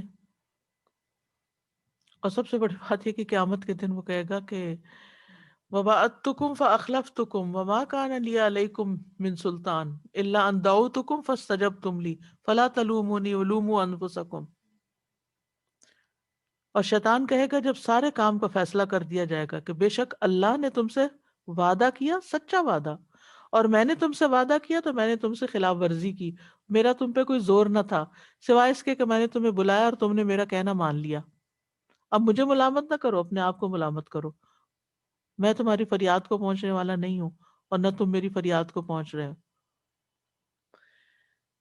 یعنی یہ سارے وعدے جو دنیا میں وہ کرتا ہے کہ میں تمہارے ساتھ ہوں، میری خاطر یہ کر لو، وہ قیامت کے دن بالکل بری و ذمہ ہو جائے گا. نیکسٹ. أولئك مأواهم جهنم ولا يجدون عنها محيصا. وہی لوگ ہیں جن کا ٹھکانہ جہنم ہے اور وہ اس سے کوئی جائے پناہ نہ پائیں گے. محیص کہتے ہیں بھاگنے کی اور فرار ہونے کی جگہ، یعنی کوئی چھپنے کی جگہ مل جائے انسان کو. مراد یہ ہے یہاں کہ ایسے لوگوں کے لیے جہنم ہی ٹھکانہ ہے جہاں سے بھاگ نکلنے کی کوئی اور جگہ نہیں ملے گی ان کو. کہیں کوئی پروٹیکشن نہیں ہوگی کہ آگ سے بچ سکے. وَلَا يَجِدُونَ عَنْهَا مَحِيصًا، یہ شیطان کے پیروکاروں کا انجام بتایا گیا ہے کہ جو لوگ شیطان کے قدموں کی پیروی کرتے ہیں، اس کے ساتھ چلتے ہیں، وہ شیطان کے ساتھ ہی جہنم میں گریں گے اور وہاں سے پھر کبھی نکل نہ سکیں گے. شدید ڈراوا ہے شیطان کے پیروکاروں کے لیے کہ انسان اس کے وسوسوں کی پیروی نہ کرے، اس کے دھوکے سے بچے، اس کے جھوٹے وعدوں سے بچے، اس کی دلائی ہوئی آرزوؤں سے بچے. تو ہر اس انسان کے لیے یہاں دھمکی ہے ایک طرح کی جو بھلائی کا راستہ چھوڑ دیتا ہے اور شیطان کا راستہ اختیار کر لیتا ہے. یہ انجام بہت خطرناک ہے. تو انسان کو شیطانی چالوں سے بچنے کے لیے اللہ سے مدد مانگنی چاہیے. اعوذ باللہ من الشیطان الرجیم، اسی لیے سکھایا گیا. اور بہت سی معوذات ہیں جس میں اللہ کی پناہ لی گئی ہے شیطان کے شر سے بچنے کے لیے، کیونکہ مضبوط مومن شیطان پہ بہت بھاری ہوتا ہے. ٹھیک ہے. اور ویسے بھی ہمیں کہا گیا کہ اگر شیطان کوئی وسوسہ ڈالے تو کیا کرو، وَإِمَّا يَنزَغَنَّكَ مِنَ الشَّيْطَانِ نَزْغٌ فَاسْتَعِذْ بِاللَّهِ، اللہ کی پناہ لو. پھر اسی طرح سورۃ البقرہ کی قرات ہے گھر میں، البقرہ کی آخری 2 آیتیں رات کے وقت پڑھنا، آیت الکرسی پڑھنا، ہر کام سے پہلے بسم اللہ پڑھنا، دن میں 100 دفعہ لا الہ الا اللہ وحدہ لا شریک لہ لہ الملک ولہ الحمد وہو علی کل شیء قدیر پڑھنا. حدیث میں آتا ہے کہ جو شخص یہ پڑھے گا اسے 10 غلاموں کو آزاد کرنے کا ثواب ملے گا، 100 نیکیاں لکھی جائیں گی اس کے لیے، 100 برائیاں مٹا دی جائیں گی، اور اس دن وہ شام تک شیطان کے شر سے محفوظ رہے گا، اور کوئی شخص اس دن اس سے بہتر عمل کرنے والا نہیں سمجھا جائے گا سوائے اس کے جو اس سے زیادہ کرے. پھر اسی طرح گھر سے شیطانی چیزیں نکال دینی چاہیے جن کی وجہ سے شیطان جو ہے وہ گھروں میں بسیرا کرتا ہے، جیسے گھنٹیاں، میوزک، یہ شیطانی اوزار ہیں. رسول اللہ صلی اللہ علیہ وسلم نے فرمایا الجرس مزامیر الشیطان، گھنٹی شیطان کا باجا ہے، شیطان اسے بجا کے خوش ہوتا ہے نا. پھر تو اب بچوں کے کھلونوں میں آپ دیکھیں، ٹوائز میں آپ دیکھیں کس قدر میوزک بھرا ہوا ہے، اور سارا دن بچے بیٹھ کے ہم کہتے ہیں نہیں ہم ان کو اسکرین نہیں دے رہے، ہم ٹوائز دے رہے ہیں، اور وہ کبھی ایک چیز پہ ہاتھ رکھتے ہیں تو ایک لیرک بجتی ہے، کبھی دوسری، کبھی تیسری، اور حتیٰ کہ پیانو بھی بچوں کو لا دیتے ہیں. حیرت ہوتی ہے، سمجھ نہیں آتی کہ یعنی اگر بچوں کو یہی ٹریننگ ہم دے رہے ہیں تو بڑے ہو کے پھر ان کے شوق کیا ہوں گے. پھر آپ انہیں روکیں گے کہ نہیں یہ ٹھیک نہیں ہے، تو آپ نے تو بچپن میں ہی ان کے دماغ میں بٹھا دیا کہ یہی کھیلنے کی چیز اور انجوائے کرنے کی چیز ہے. اسی طرح گھر سے تصویریں اور کتا، ان کو بھی نکال دینا چاہیے، تصویریں سامنے نہیں لٹکانی چاہیے، کیونکہ جس گھر میں تصویر ہو یا کتا ہو شیطان کا بسیرا ہوتا ہے وہاں، اور فرشتے جو ہیں وہاں سے چلے جاتے ہیں. تو ان آیات میں ہمیں بتوں کی حقیقت بھی پتہ چلی، اور بتوں پر شیطان کا تسلط، اور پھر دیگر لوگوں پر بھی شیطان کا تسلط، اور شیطان جو ہے وہ ایک ریالٹی ہے اور اس سے بچنے کی ہمیں تعلیم دی گئی ہے. اور شیطان خواہشات کے راستے سے آتا ہے، جھوٹی امیدوں کے راستے سے آتا ہے، لہٰذا انسان کو ان چیزوں سے بچنا چاہیے. وآخر دعوانا ان الحمد للہ رب العالمین. آج کے لیے اتنا ہی کافی ہے. اللہ سبحانہ وتعالیٰ ہمیں عمل کی توفیق عطا فرمائے. اب آپ کچھ کہنا چاہیں تو موسٹ ویلکم.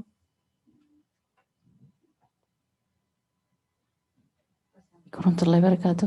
استاذہ جی یہ جو آپ نے بتائی ابھی بچوں کے کھلونوں کی بات، کیا ہر گھر کے باہر وہ گھنٹیاں سی لگی ہیں جو ہوا کے ساتھ نہیں ٹنگ ٹنگ ٹنگ ٹنگ مسلسل بجتی رہتی؟ اچھا ایک تو باتیں اب جس طرح پڑھ رہے تھے اتنی چیزیں دماغ میں آ رہی تھی کہ اتنا شیئر نہیں کر سکتا بندہ. وہ کسی نے صبح ہی مجھ سے پوچھا، جیسے یہ ہم نے پڑھی نا کہ شرک نہیں کرنا چاہیے، اللہ تعالیٰ کے اسماء و صفات میں نہیں کرنا چاہیے، تو کسی نے کہا درود تاج کیوں نہیں پڑھ سکتے؟ تو میں نے کہا اگر آپ اس کے معنی دیکھیں تو اس میں ہے دافی البلائی والوبائی والقحط والمرض، رسول اللہ صلی اللہ علیہ وسلم کے بارے میں، لیکن وہ نہیں مان کے دے رہی تھی. میں نے کہا اللہ سبحانہ و تعالیٰ ہی کو راضی کرنے کے لیے اگر آپ اللہ ہی کی نافرمانی کر رہے ہیں تو پھر سبحان اللہ نہیں مانتے. دوسرا استاذہ ایک عورت کی میں دیکھ رہی تھی، اس نے پلاسٹک سرجری کرائی تھی، یہ جو خلق چینج کرنے کی، اور اس کی 10 سے اوپر سرجریز ہو چکی تھی منہ کی، اور اس کا ڈاکٹر کہتا تھا کہ اب اگر تم نے چھیڑا اپنے منہ کو تو تمہارا ناک گر جائے گا. لیکن اس کو ایک ایسا وہ ہوتا ہے نا، ایک وہ لگن سی لگ جاتی ہے تو ہاں جی. اور اتنا اس کا شکل بالکل جوکر جیسی، اس کی بہن اپنی خود کہہ رہی تھی کہ میں اس کے ساتھ چلنا پسند نہیں کرتی کیونکہ اس نے اپنی شکل کو اتنا بگاڑ دیا کہ اب یہ جوکر لگتی ہے. تو جب اس نے جو ہوسٹ تھی اس نے پوچھا کہ تم کیا چاہتی ہو، تو کہتی ہے میں روز چہرے کو اپنے دیکھتی ہوں اور میں کہتی ہوں کسی دن تو میں مطمئن ہو جاؤں، میرا دل بے چین ہے. چونکہ اس نے اتنی خوبصورت شکل کو بگاڑ دیا تھا، اب اس کے لیے کوئی چین نہیں تھا. استغفر اللہ.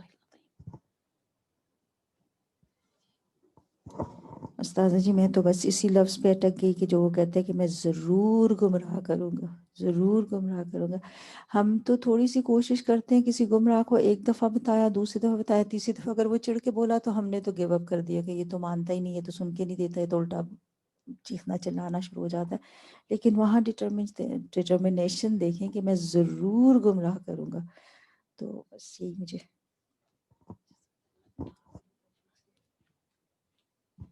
استاذہ یہ خسی کرنا جو ہے وہ پھر غلط کام ہے؟ حالانکہ یہ تو پیٹس جو رکھتے ہیں گھر میں ہم لوگ تو یہ تو کرواتے ہیں. ہاں جی کرواتے ہیں.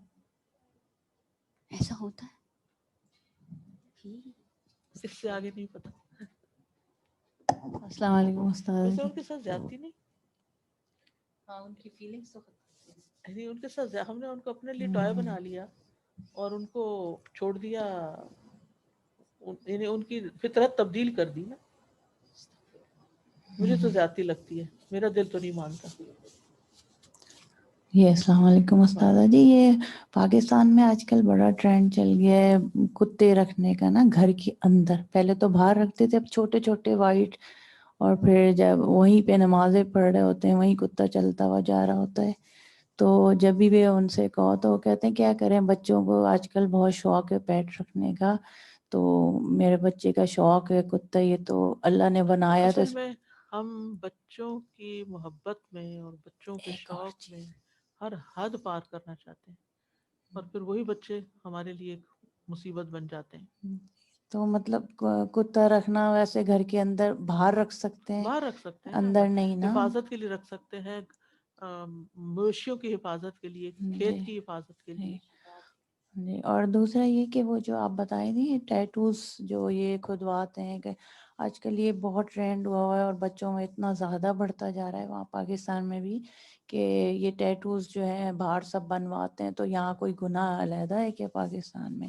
تو وہ ان لوگوں نے بنوانے اصل میں پاکستان اور کسی اور ملک کی بات نہیں ہے، اصل میں تو اللہ کا حکم ہے. جی. ہمیں تو اللہ کے حکم کو فالو کرنا، نہ کہ کسی پاکستانی یا غیر پاکستانی کو. جی. بس وہ سب جگہ وہ بس اپنے لیے بہانہ ڈھونڈتے ہیں. جی. وہ جیسے آج کل آستینیں بہت باریک ہیں تو وہاں پہ بنوانا پسند کر رہی ہیں. تو آستینیں بھی نہیں ہیں اب تو، ہے ہی نہیں. جی. باریک تو دور کی بات، آستینیں بھی نہیں. السلام علیکم. یہ میں جب پڑھ رہے تھے ہم اپنے یہ سب اس کی شیطان کی باتیں یہ وہ تو اتنی عام ہیں کہ مجھے تصور آ رہا تھا کہ جنت اور دوزخ، تو مجھے لگ رہا تھا جیسے دوزخ میں بہت لوگ جا رہے ہیں، جنت کی طرف بالکل سناٹا لگ رہا تھا، اس لیے کہ اتنا زیادہ لوگوں میں یہ عام ہو چکا ہے کہ اس کو لوگ خراب بھی نہیں سمجھ رہے ان چیزوں کو جو بتایا گیا ہے. تو ہم کس طرح بچیں گے؟ ہم بھی انہی لوگوں میں سے ہیں. بہت تکلیف ہوتی ہے یہ باتیں سن کے، دل گھبرا جاتا ہے کہ ہمارا راستہ آخرت میں کیا ہوگا.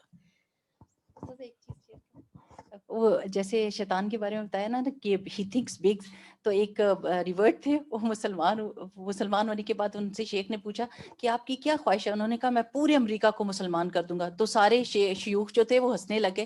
تو انہوں نے کہا کہ آپ کیوں ہنس رہے ہیں؟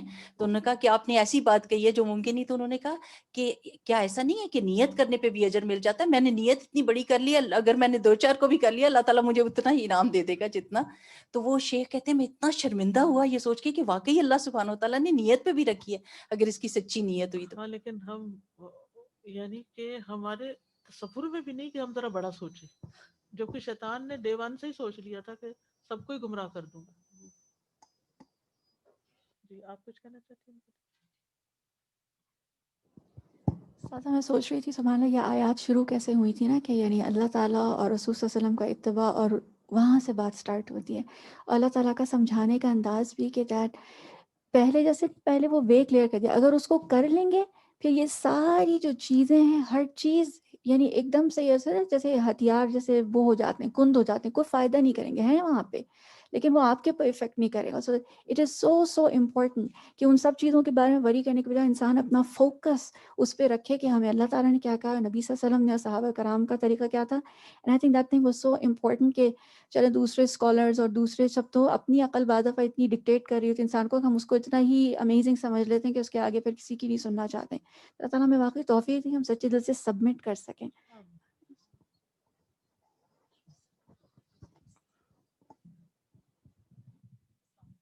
وعلیکم السلام.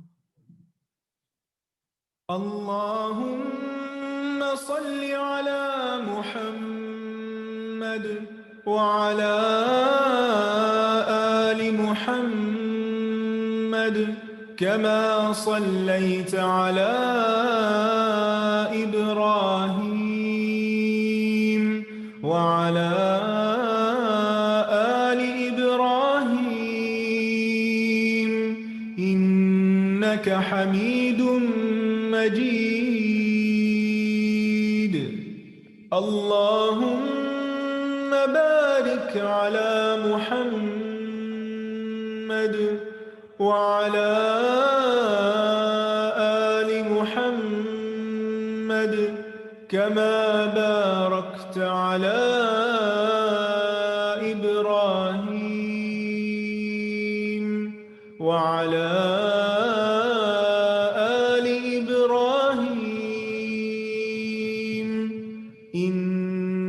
حمید.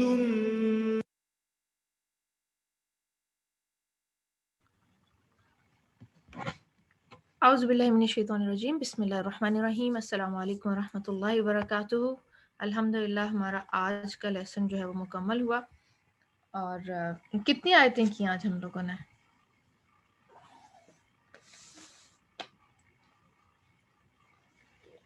کچھ غور کیا آپ لوگوں نے؟ کتنی آیتیں آج ہم نے کور کی ہیں؟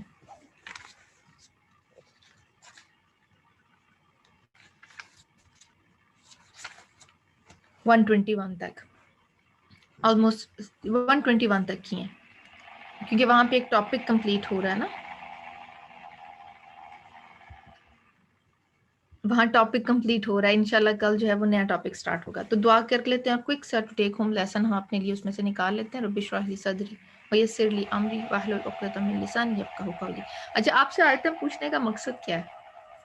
لیکن میں بھی آپ لوگوں کے ساتھ ہی کلاس میں ہوں، سن رہی ہوں. کیا مجھے نہیں معلوم کہ جی آپ لوگوں نے دھیان سے اس میں لسننگ کی ہے یا نہیں، پارٹیسپیٹ کیا ہے یا نہیں؟ جی بالکل، الحمدللہ.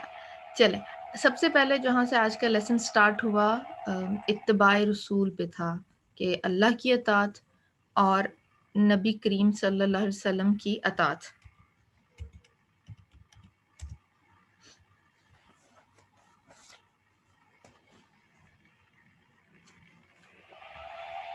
لازم و ملزوم ہے، اس کے بغیر ہم نجات نہیں پا سکتے. ٹھیک ہے،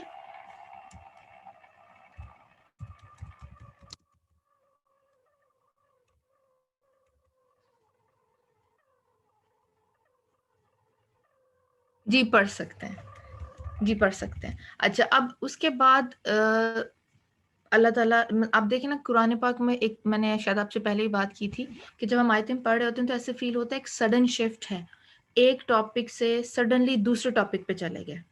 ایسے فیل ہوتا ہے نا, اگر آپ غور نہیں کر رہے, تدبر نہیں کر رہے, کنیکشن نہیں بلڈ کر رہے آیت میں, تو یہ فیلنگز آتی ہیں کہ پڑھتے پڑھتے کچھ ایسے ایک دم سے ٹاپک چینج ہو گیا. لیکن اب دیکھیں, پہلے اطاعت کی بات کی, اللہ کے رسول کی, شرک کی بات کی, اس کے بعد وہ ذرائع اور وہ طریقے بتا دیے آگے کی آیتوں میں جن سے انسان گمراہ ہو سکتا ہے. صحیح, اور انسان گمراہ ہوتے ہیں ان باتوں سے. اب یہ جتنی چیزیں آج لیکچر میں ایکسپلین ہوئی ہیں, جی اللہ تعالیٰ کی حکمت ہے نا, جتنی چیزیں آج ایکسپلین ہوئی ہیں ہم اپنی سراؤنڈنگ میں دیکھ رہے ہیں. ہم باڈی پیئرسنگ کو بھی ایکسپیرینس کر رہے ہیں, ہم ٹیٹو سے تو آپ دیکھیں لوگوں نے اپنے جسم بھروا لیے,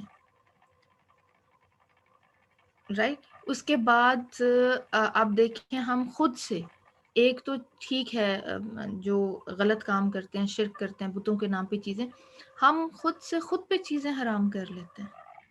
جو اللہ تعالیٰ نے حلال کی ہوتی ہیں ہم انہیں خود پہ اس طرح کر لیتے ہیں. جی, اور کتنی امپورٹنٹ بات ہے, شیطان جو ہے وہ پلاننگ کرتے ہیں انسان کی پیدائش سے پہلے. انسان کیا پلاننگ کرتا ہے, انسان کیا پلاننگ کرتا ہے, سر پہ بھی پڑے تو اس کی ساری پلاننگ جو ہے وہ دنیاوی حد تک ہوتی ہے نا. ہم کیا کرتے ہیں, ہم بچوں کو کیا چھوڑ دیتے ہیں, ابھی بچے ہیں, ابھی بچے ہیں, 1-2 سال کے بچے کو ہم اس طرح اگنور کرتے ہیں, اس کی تربیت, اس کی ٹریننگ. اب وہ ٹائم ہوتا ہے جب آپ اس کو, اس کی جو فطرت, دین فطرت پہ بچہ پیدا ہوتا ہے نا, تو اس کی بیس بنائی جا سکتی ہے, اس کو فطرت کے قریب کیا جا سکتا ہے, اس کے اندر ایمان کو پختہ کیا جا سکتا ہے.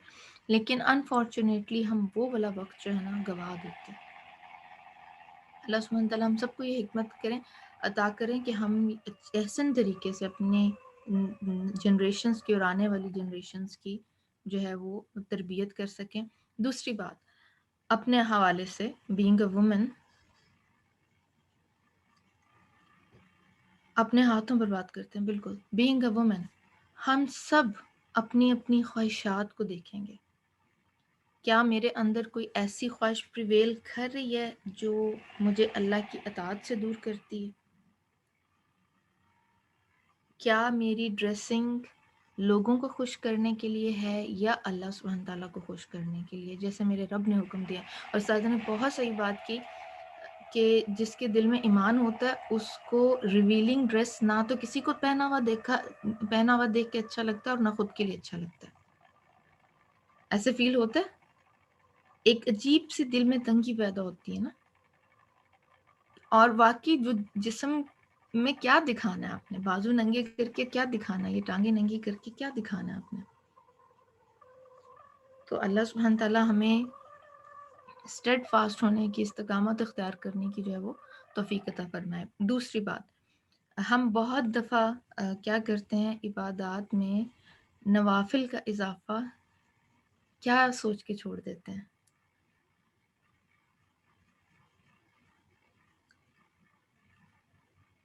سنت بھی پڑھ لیتے ہیں لیکن ایکسٹرا نوافل کیا سوچ کے چھوڑ دیتے ہیں, فرض تو پورا کر رہی ہوں نا. یہ کرتے ہیں نا. تو آج سمجھ میں آئی کہ شیطان کیا کرتا ہے, دل میں خیال ڈالتا ہے نیکی سے روکنے کا. کوئی سے بھی نوافل, جیسے آپ کہہ لیں کہ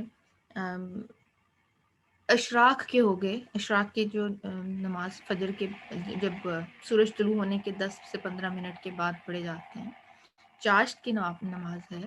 پھر آپ ظہر کی سنتیں پوری پڑھیں, اس کے بعد 2 نفل پڑھیں. آپ کو پتہ ہے کہ ظہر کی جو 6 سنتیں ہیں وہ تہجد کا جو ہے وہ کفایت کرتی ہیں, کہ جو شخص تہجد نہیں پڑھ سکتا وہ اس کے لیے کافی ہوتی ہیں. اس کے بعد جو ہے عصر کے پہلے کی 4 سنتیں پڑھ لیں, مغرب کے بعد 2 نفل پڑھ لیں, عشاء کے بعد کر لیں. اگر رات میں دیر تک جاگ کے کام کر رہے ہیں, ہوتا ہے نا اسٹوڈنٹس پڑھے ہوتے ہیں یا ہم ہی کوئی کام کر رہے ہیں, بیٹھے ہوئے ہیں کسی کام میں بزی ہیں, تو تھوڑی سی ایفرٹ کر کے 2 نفل ادا کر لیے جائیں.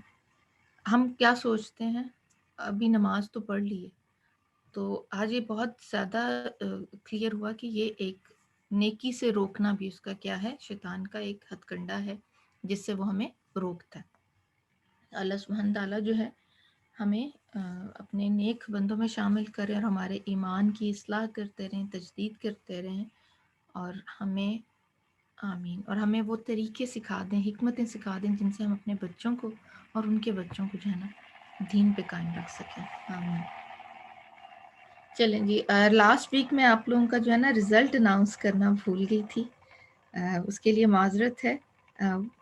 کچھ ایسا سینیری ہو گیا کہ میں نہیں کر پائی، تو انشاءاللہ لاسٹ ویک کوئز نمبر 8 کے جو سٹار اسٹوڈنٹس ہیں ان کو میں آج اناؤنس کروں گی۔ ان میں ہیں جو جن بہنوں نے 100 سے جن کے پورے 100 ہیں اور 98 ہیں، اور جن کے 97 ہیں، یعنی 97 اینڈ ابو جن کے مارکس ہیں وہ سٹار اسٹوڈنٹس ہیں۔ سب سے پہلے ہیں سسٹر الماس شیخ، فریدہ احمد، عالیہ اظہر، سائمہ ادریس، ارما انصاری، سعدیہ سہیل۔ یہ ماشاءاللہ تبارک اللہ ان کے 100 ہیں جو مارکس ہیں نا۔ اس کے بعد ہیں سسٹر سلوہ شیخہ، یاسمین محمد، فرزانہ یاسمین، آمنہ اقبال، نعیمہ کاشف، سمیہ سمدانی، نازیہ خالد۔ یہ ماشاءاللہ 98 کی کیٹیگری میں فال کرتے ہیں یہ اسٹوڈنٹس۔ بارک اللہ فیکم، اللہ سبحانہ تعالیٰ آپ کو آپ کا علم مبارک کریں۔ اناؤنسمنٹ میں آپ کو ہر دفعہ کہتی ہوں کہ اسٹار اسٹوڈنٹ اناؤنس کرنے کا مقصد دوسروں کو لیٹ ڈاؤن کرنا یا ڈسکریج کرنا نہیں ہے، یہ آپ کی موٹیویشن کے لیے ہے۔ جب نام پکارا جاتا ہے نا تو ایک ایکسائٹمنٹ ہوتی ہے، خوشی فیل ہوتی ہے نا جب کوئی آپ کو آپ کے نام سے پکارتا ہے۔ آپ کو ایسے ہوتا ہے؟ ایسے فیلنگز آتی ہیں یا نہیں؟ تو آپ بھی اگر یہ فیلنگز لینا چاہتے ہیں تو کوشش کریں کہ آپ جو ہیں وہ جو ایک تو کوئز کو بہت اچھے سے ریویو کر کے اٹیمپٹ کریں، اور دوسرے جو اول وقت ہے اس میں اس کو کر لیں، ٹھیک ہے؟ چلیں انشاءاللہ آپ سے کل ملاقات ہوگی۔ آپ سب لوگ اپنا بہت خیال رکھیے گا، اور اپنے گھر میں دیکھیے کہ ہم کوئی ایسا، ہمارے پاس کوئی ایسی چیز جو نہیں ہے جو شیطان کے ہتھیاروں میں سے ہے، اور ہم ان نوئنگلی، ہمیں نہیں پتہ، ہم اس کو یوٹیلائز کر رہے ہیں۔ آمین آمین۔ سبحانک اللہم و بحمدک، اشہد ان لا الہ الا انت، استغفرک و اتوب الیک۔ السلام علیکم ورحمۃ اللہ وبرکاتہ۔